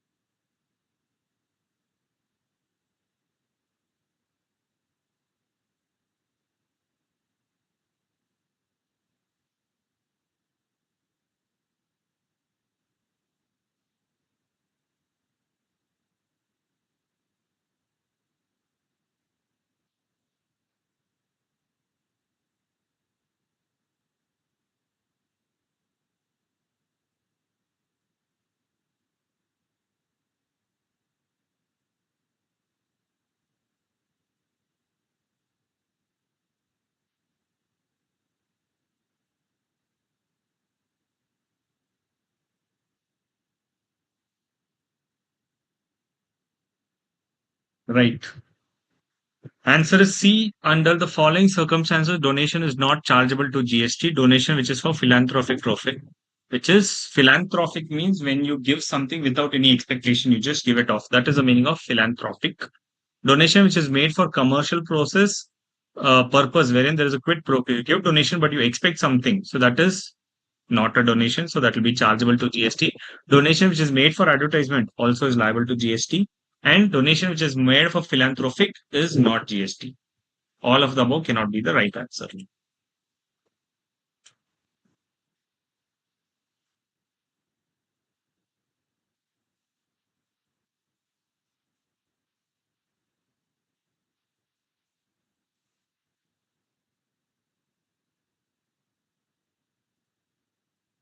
Philanthropic means जो आप बिना किसी expectation के करते हो उसे कहते हैं philanthropic.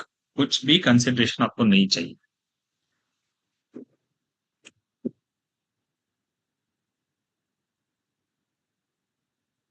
Okay. 11th one, permanent transfer or disposal of business assets without consideration is treated as a supply if the which conditions has to be satisfied. We know the conditions, right? It's not only C, it is both A and C, for which D is the option. So answer is B.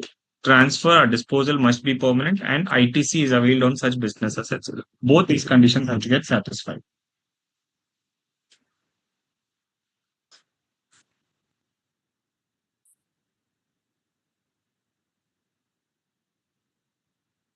Last MCQ for the day. This is on registration and what we have discussed on distinct person.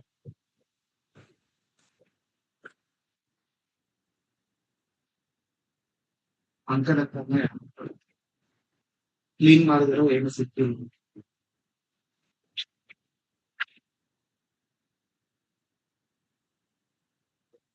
Master ಬರ್ತಾರ ಬಿಟ್ಟು ಯಾವ master out ನಿಂತ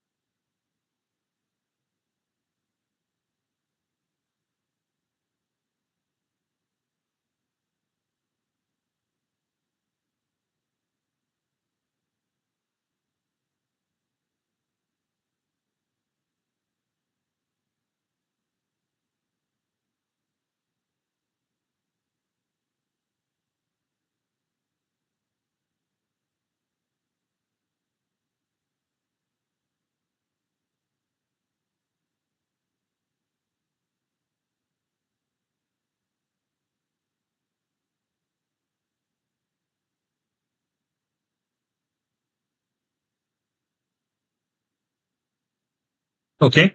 So in this 12th MCQ, the important aspect is it's a distinct person, right? Why is it distinct person? Mr. X has obtained two registrations in the state of Karnataka. One is establishment A and one is establishment B. Will stock transfer between A and B treated as a supply? Yes, it will be treated as a supply because within one state they have taken two registrations. Had they not taken two registrations, then it is not a distinct person. Then your answer will be no. But in this case, they have taken two separate registrations, obtained two registrations. So we have to charge GST for supply from A to B.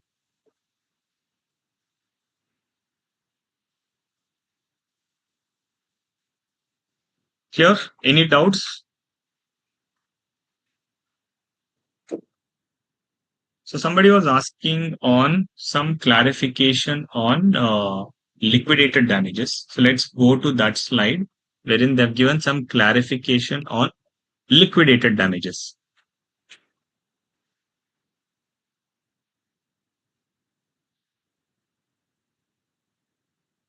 So what is liquidated damages? It is basically that I enter into a contract, and if I do not fulfill the contract, I have to pay some penalty kind of a thing. So that is called as liquidated damages. The clarification on liquidated damages says that it is a flow of money from the party who causes breach of the contract to the party who suffers such loss due to such breach. Therefore, such payments do not constitute consideration for a supply and they are not taxable. So liquidated damages will not be taxable because it is to set right the suffrage or the loss which is incurred. But there is no supply component in it, so that will not be taxable. Okay. Similarly, there could be check dishonor, fine or penalty. No supplier wants a check to be dishonored because when you give a check, you want that it should get ordered, but because of funds, it's got bounced back.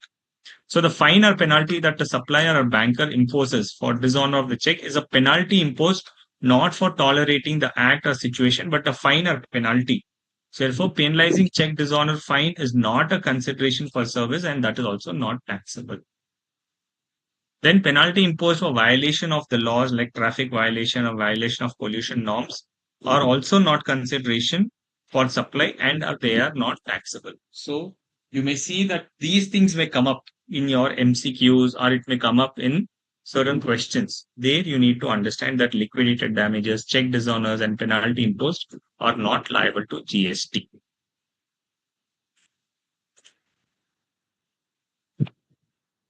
Yeah. In the ticket example, even if the tickets and combos purchased combinedly, but they are available separately also, correct? That is composite supply should be naturally bundled and inseparable. But in the case, Charan, there is a circular. So if the circular clarifies, you can say that yes, in my opinion, it is a mixed supply, but the circular says it's a composite supply. So you can say that the circular may be incorrect because it's not necessary that all circulars should be correct. You can say that circular is incorrect because law we have to follow. Circulars we may not follow. You can say that circular is saying this, but in my view, you can give your view strongly saying that in my view, it is still a mixed supply.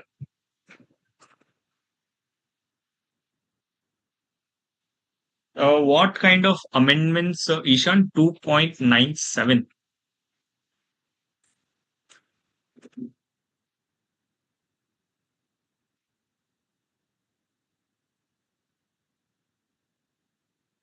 Yeah, 2.97 amendments related to Finance Act. This will be relevant for you. When we'll take the updates, we can discuss this. This is just a kind of a update for insurance sector. I'll just explain you briefly that activity of apportionment. Here, Schedule 3 is proposed to be amended so as to include activities in the list. So, Schedule 3 is amended and any kind of co-insurance premium paid by the lead insurance to the co-insurance. There could be two people in an insurance that I am the main insurance and I cannot take that much risk. So, I will give the insurance company to the main receiver, but for my backing up, I'll have another co-insurance. So they're asking whether this transaction between insurance and co-insurance is liable to GST. The third schedule has been amended and it is not liable to GST now. Then para 10, services by insurance to reinsurance for which ceding commission is deducted. Here also they've said that both, when I have a co-insurance, I have a third party insurance. That is I issue this complete insurance to a reinsurance, then also GST will not be applicable. Clear? Circulars have binding force on the department. Circulars are always binding on the department, not binding on the taxpayer. Taxpayer is not bound by the circulars. Circulars are issued internally by the higher ups to the department officers. So circulars are binding on the departments, not binding on the taxpayer.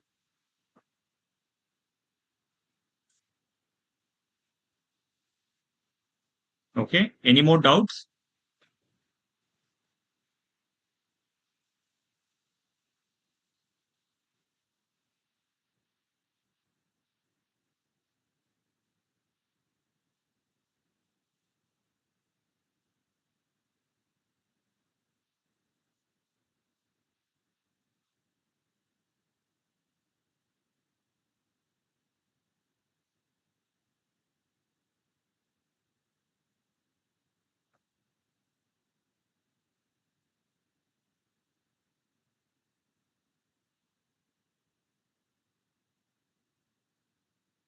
So what tax will be applied on tickets? Tax on tickets will be at 18%. So tax on tickets, what it is, that rate will apply on the food items also.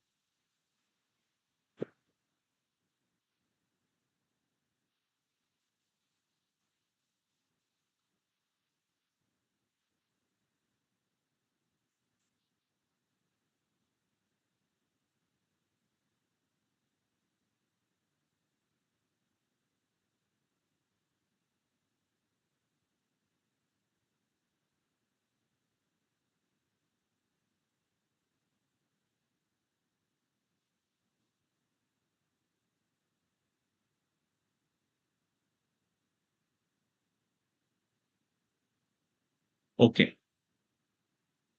Uh, Give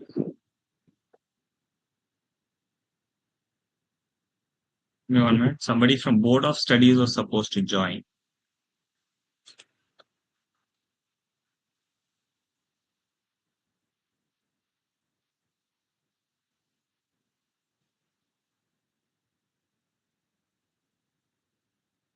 Okay.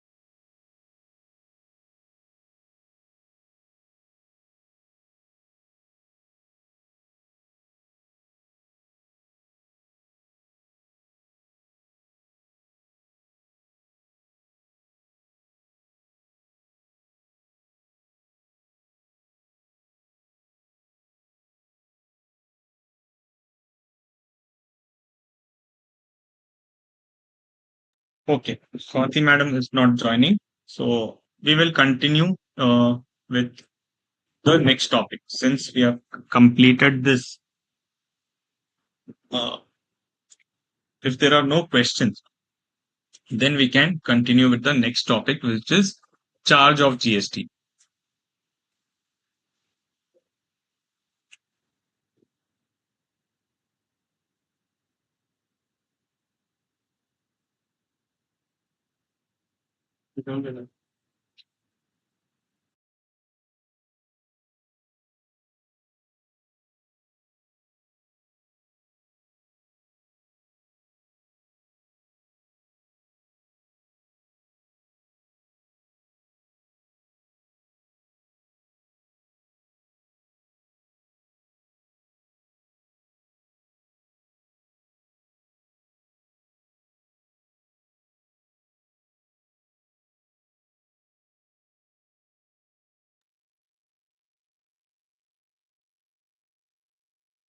Yeah. What is the difference between claim and actionable claim? Claim is a normal claim, where in insurance you have a claim that is called a claim.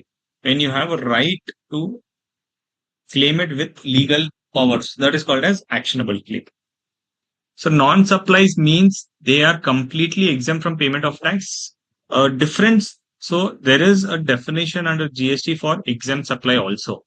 So why will they give a definition of exempt supply and tell non-supply?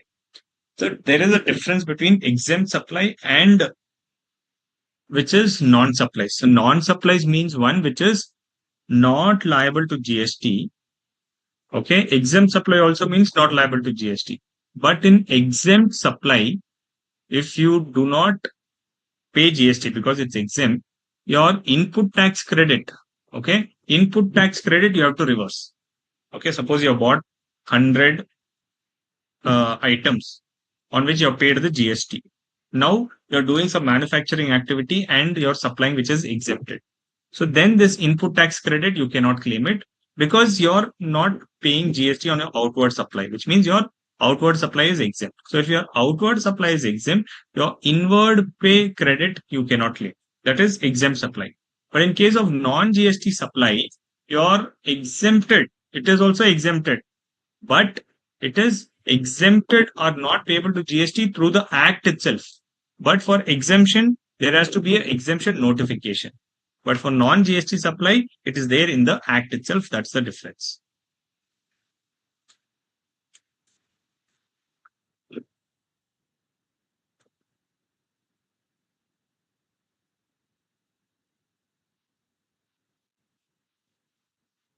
In the MCQ, if it was not separately charged, then will it be a? Yes, then it will be a.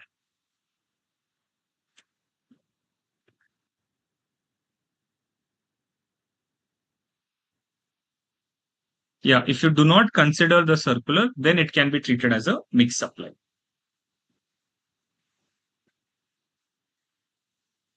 Nil rated provisions, Shankar, I did not understand. When we deal with exemptions, that time you will know the difference between nil rated supply and exempted supply.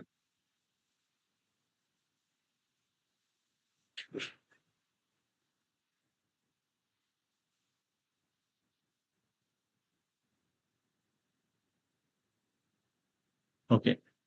Since we have time now, we'll have a small touch up on what is a charge of GST. Okay. Yes, the PPT on supply chapter will definitely be uploaded. You can please use them.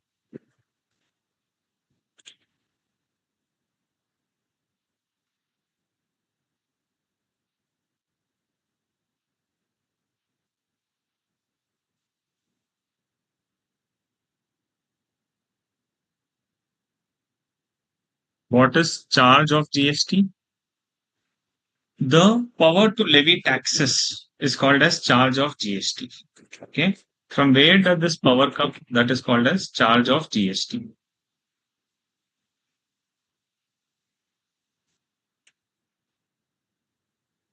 The power to levy tax we know is coming from the Constitution.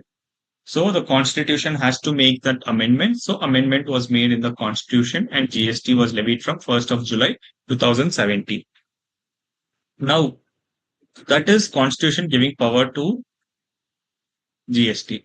Now, within GST, there has to be a levy section. The basis of charge is the taxable event. Now, there has to be a trigger point, or there has to be clarity saying that on what aspect or on what transaction you levy GST. That is called as charge of GST. Now, the basis for charge is the taxable event in any statute. So, any taxable event you take occur, that time we will charge. So, in income tax, you earn any income, we will levy income tax. Similarly, in GST, if there is a taxable event, then you will levy the GST.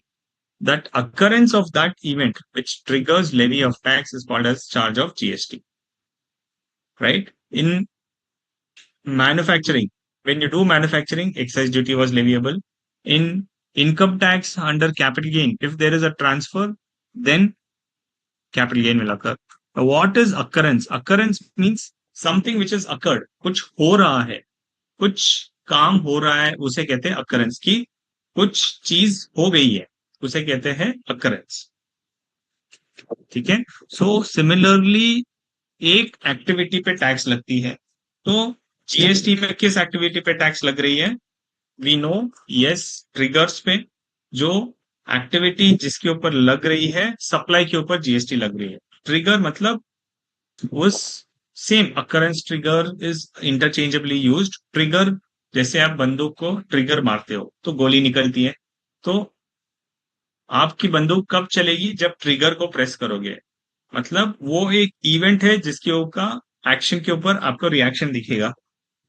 वैसे ही GST या किसी law में वो जो event है, वो event दबने पे टैक्स लगेगा, उसे कहते हैं चार्ज ऑफ जीएसटी. करेक्ट. तो इट्स अ गुड एग्जांपल कि जहां पे बंदूक चलेगी तो गोली निकलेगी. उसी तरह जब टैक्सेबल इवेंट होगा, जब इवेंट ट्रिगर होगा, तब टैक्स लगेगा. ठीक है, उसे कहते हैं चार्ज ऑफ जीएसटी. और वो बंदूक हुई, वो ट्रिगर जो जीएसटी में है, वो सप्लाई. अगर आपने सप्लाई कर दिया तो फिर आपको जीएसटी लगेगा. ठीक है. जीएसटी में कौन से जीएसटी लग सकते हैं? As we know, CGST, SGST and IGST. CGST stands for central GST. It is applicable of supplies within the state. This tax collected will be shared to the center. Now, SGST stands for state GST. This is applicable for supplies within the state, and this tax collected will be shared to the state government. And IGST stands for integrated GST. This is applicable on all interstate and import transactions. This tax shared collected goes only to the center? No, center collects it, but it is shared between the central government and the state government.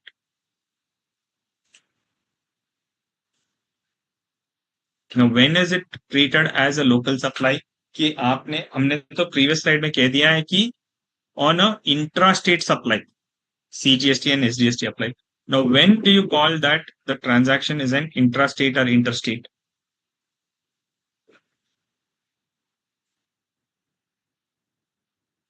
How do you decide that a transaction is a intra-state transaction or an interstate transaction?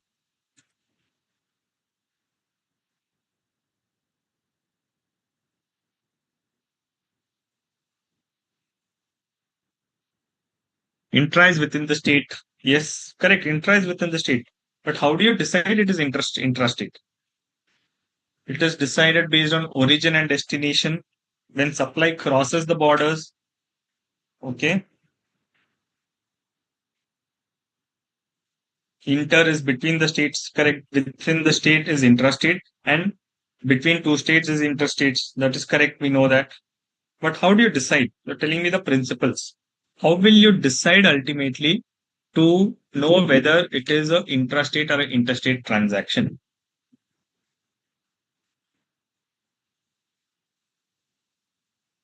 When the receiver is within the state, it is an intrastate.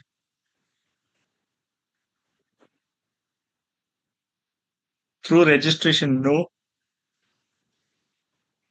Supplier and receiver in the state, destination of consumption, geographical region, place of supply, various answers I'm getting.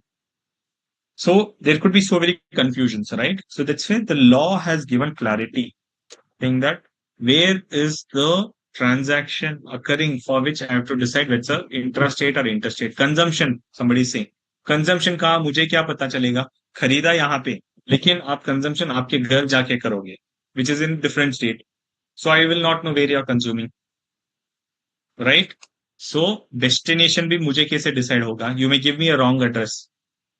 So the law is very clear on it. It says in very simple terms, when the location of supplier, okay, this is the location of supplier. When the location of supplier and place of supply, these two words you note it down. I am not able to write it with clear language. Okay, let me write it here. Two important aspects. Location of supplier. When the location of supplier and second aspect is place of supply. These two things are the key. When the location of supplier and place of supply are in the same state, it is a intrastate supply. When the location of supplier and place of supply are in different state, then it is a interstate supply. दूसरा कोई भी criteria जरूरी नहीं है, हमको सिर्फ दो criteria चाहिए, location of supplier and place of supply. Now, in this case, location of supplier and place of supply both are in the state of Karnataka. So then what will this be? This will be a intrastate supply. On intrastate supply, what will we charge?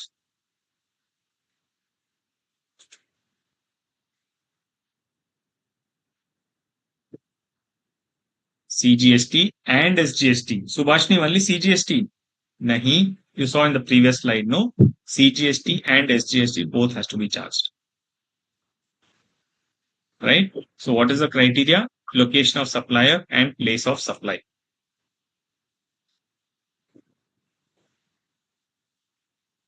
If Karnataka seller has a warehouse in another state, place of supply is in same state, from where he is supplying, that is the location of supplier. He is in Karnataka. Location of supplier also has been defined, where you are registered. But if you have any additional place, that place will become the location of supplier. Okay. When it is an interstate where the location of supplier and place of supply are in two different states. Location of supplier is in Karnataka, place of supply is in Tamil Nadu. Then it is a interstate supply. Now, how do you determine place of supply? We have set of rules. We have a place of supply chapter also. We will go to that to understand when it is where will the place of supply be decided. Then it is a interstate supply. Clear yahan tak?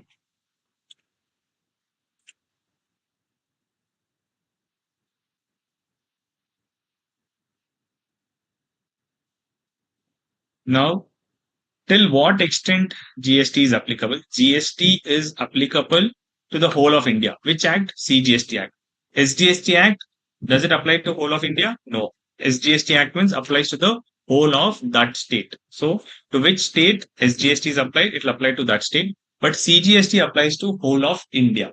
Now, when they say whole of India, what is India? India has been defined. India has been defined under Section 2, subsection 56 of the CGST Act as India means the territory of India as defined in Article 1 of the Constitution. Then its territorial waters, seabed and subsoil underlying such waters, continental shelf. SGST Act is passed by whom? SGST Act is passed by the respective state legislatures. CGST Act is passed by the Lok Sabha, Rajya Sabha. IGST is also passed by the Lok Sabha, Rajya Sabha. SGST is passed by the respective state government. So we have territory. India is defined as the territory of India as defined in Article 1 of the Constitution. Its territorial waters, seabed and subsoils underlying such waters, continental shelves, exclusive economic zones or any other maritime zones as referred in the territorial waters, continental shelves, Exclusive Economic Zone and Other Maritime Zones Act, and the airspace above its territory and the territorial waters. Little confusing, no? So let's understand this with the diagram. India is defined as the landmass because up till the land, definitely it is India. That's why we need to protect our land. So on the broader borders, we have our armed forces. Correct? But India doesn't only limited to here. It includes the territorial waters. Up to 12 nautical miles is India's territorial waters. Above that, up to 200 nautical miles from the baseline. So from up till 12, it is not territorial waters. From there up to 12 miles is contiguous zone. And from the baseline up to 200 nautical miles, it is exclusive economic zones. Okay. So from the baseline up to 200 meters, it is exclusive economic zone. So it is also called as continental shelf. So imagine up till this point, India is considered. And when India is considered, it's not only the sea, even the air above it. That's why when you see any foreign aircraft coming, the radar will decide whether they should permit it or they should not permit it. That's why you see in the movies, right? Any airspace coming to our airspace, any aircraft coming to airspace, they have to take permission. And within the waters also, you will have submarines, which can be by Indian submarine itself. Okay. So that is the definition of India. Miles and nautical miles. Nautical miles is more lengthier than the miles. Okay. Nautical miles has a different measurement than the miles. This is called as India. Anything above that, this is not India. So any ship coming there is called as ICs. That is called ICs. That is not belonging to any one country. Okay.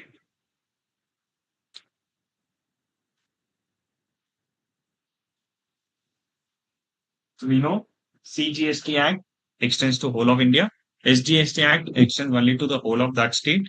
And definition of state under GST includes union territory with legislature. So Delhi, Puducherry, and Jammu and Kashmir. These are the three union territories which are having with legislature. So they are also treated as state for the purpose of GST.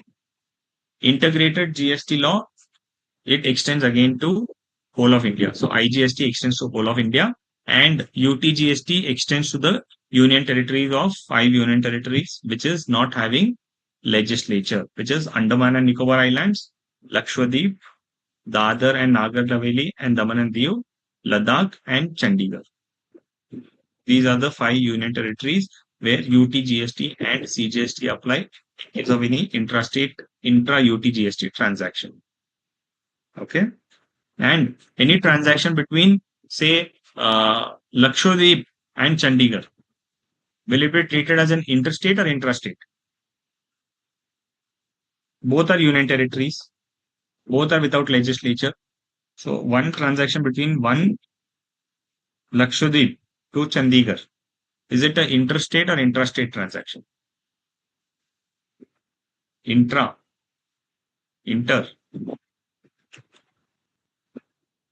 It is an interstate transaction because each of these union territories is treated as a separate union territory. ऐसा नहीं कि union territory है तो from one union territory to another it will become intrastate. It is still a interstate transaction. Okay. So that is what is the discussion basic on charge of GST. Next, in our next class, we'll go to the definition of section 9, like how section 7 we had gone in detail. In case of charge of GST, please go through section 9 so that in the next class, which we will have on Tuesday, you are prepared with it. Section 9 you will read, then we can interpret it together. It is little technical, but we will break it up into simple parts and read it. Okay. So basics are clear. Now we'll directly go to the definition of section 9 in the next class. Any queries, any doubts?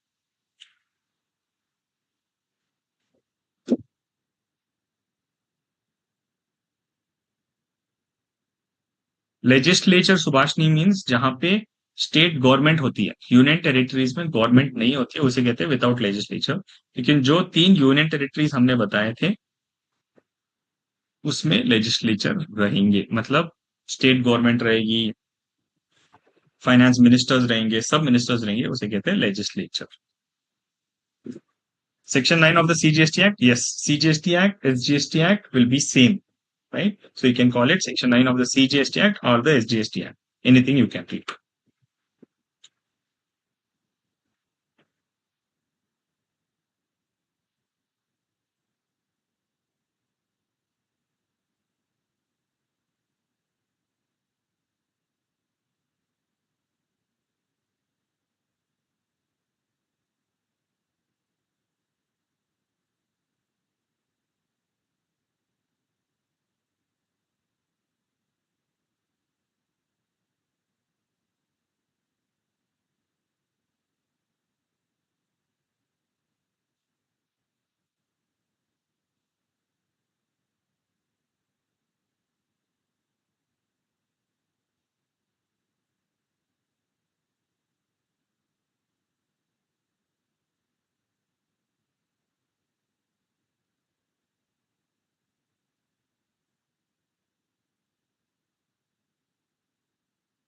How to differentiate an individual supply and mixed supply? When it is artificially bundled, it is a mixed supply. If it is not bundled, then it's a individual supply.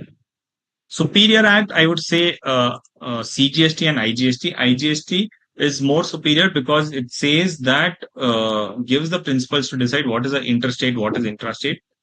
Because if IGST wouldn't say that, I don't know, I would not know what is interstate and intrastate. So that power is given to the central government. They have used that power through implementation of the IGST Act. But CGST Act and SGST Act gives the teething power, so they are also in that way important. Okay. Thank you very much. We'll see in the next class on Tuesday.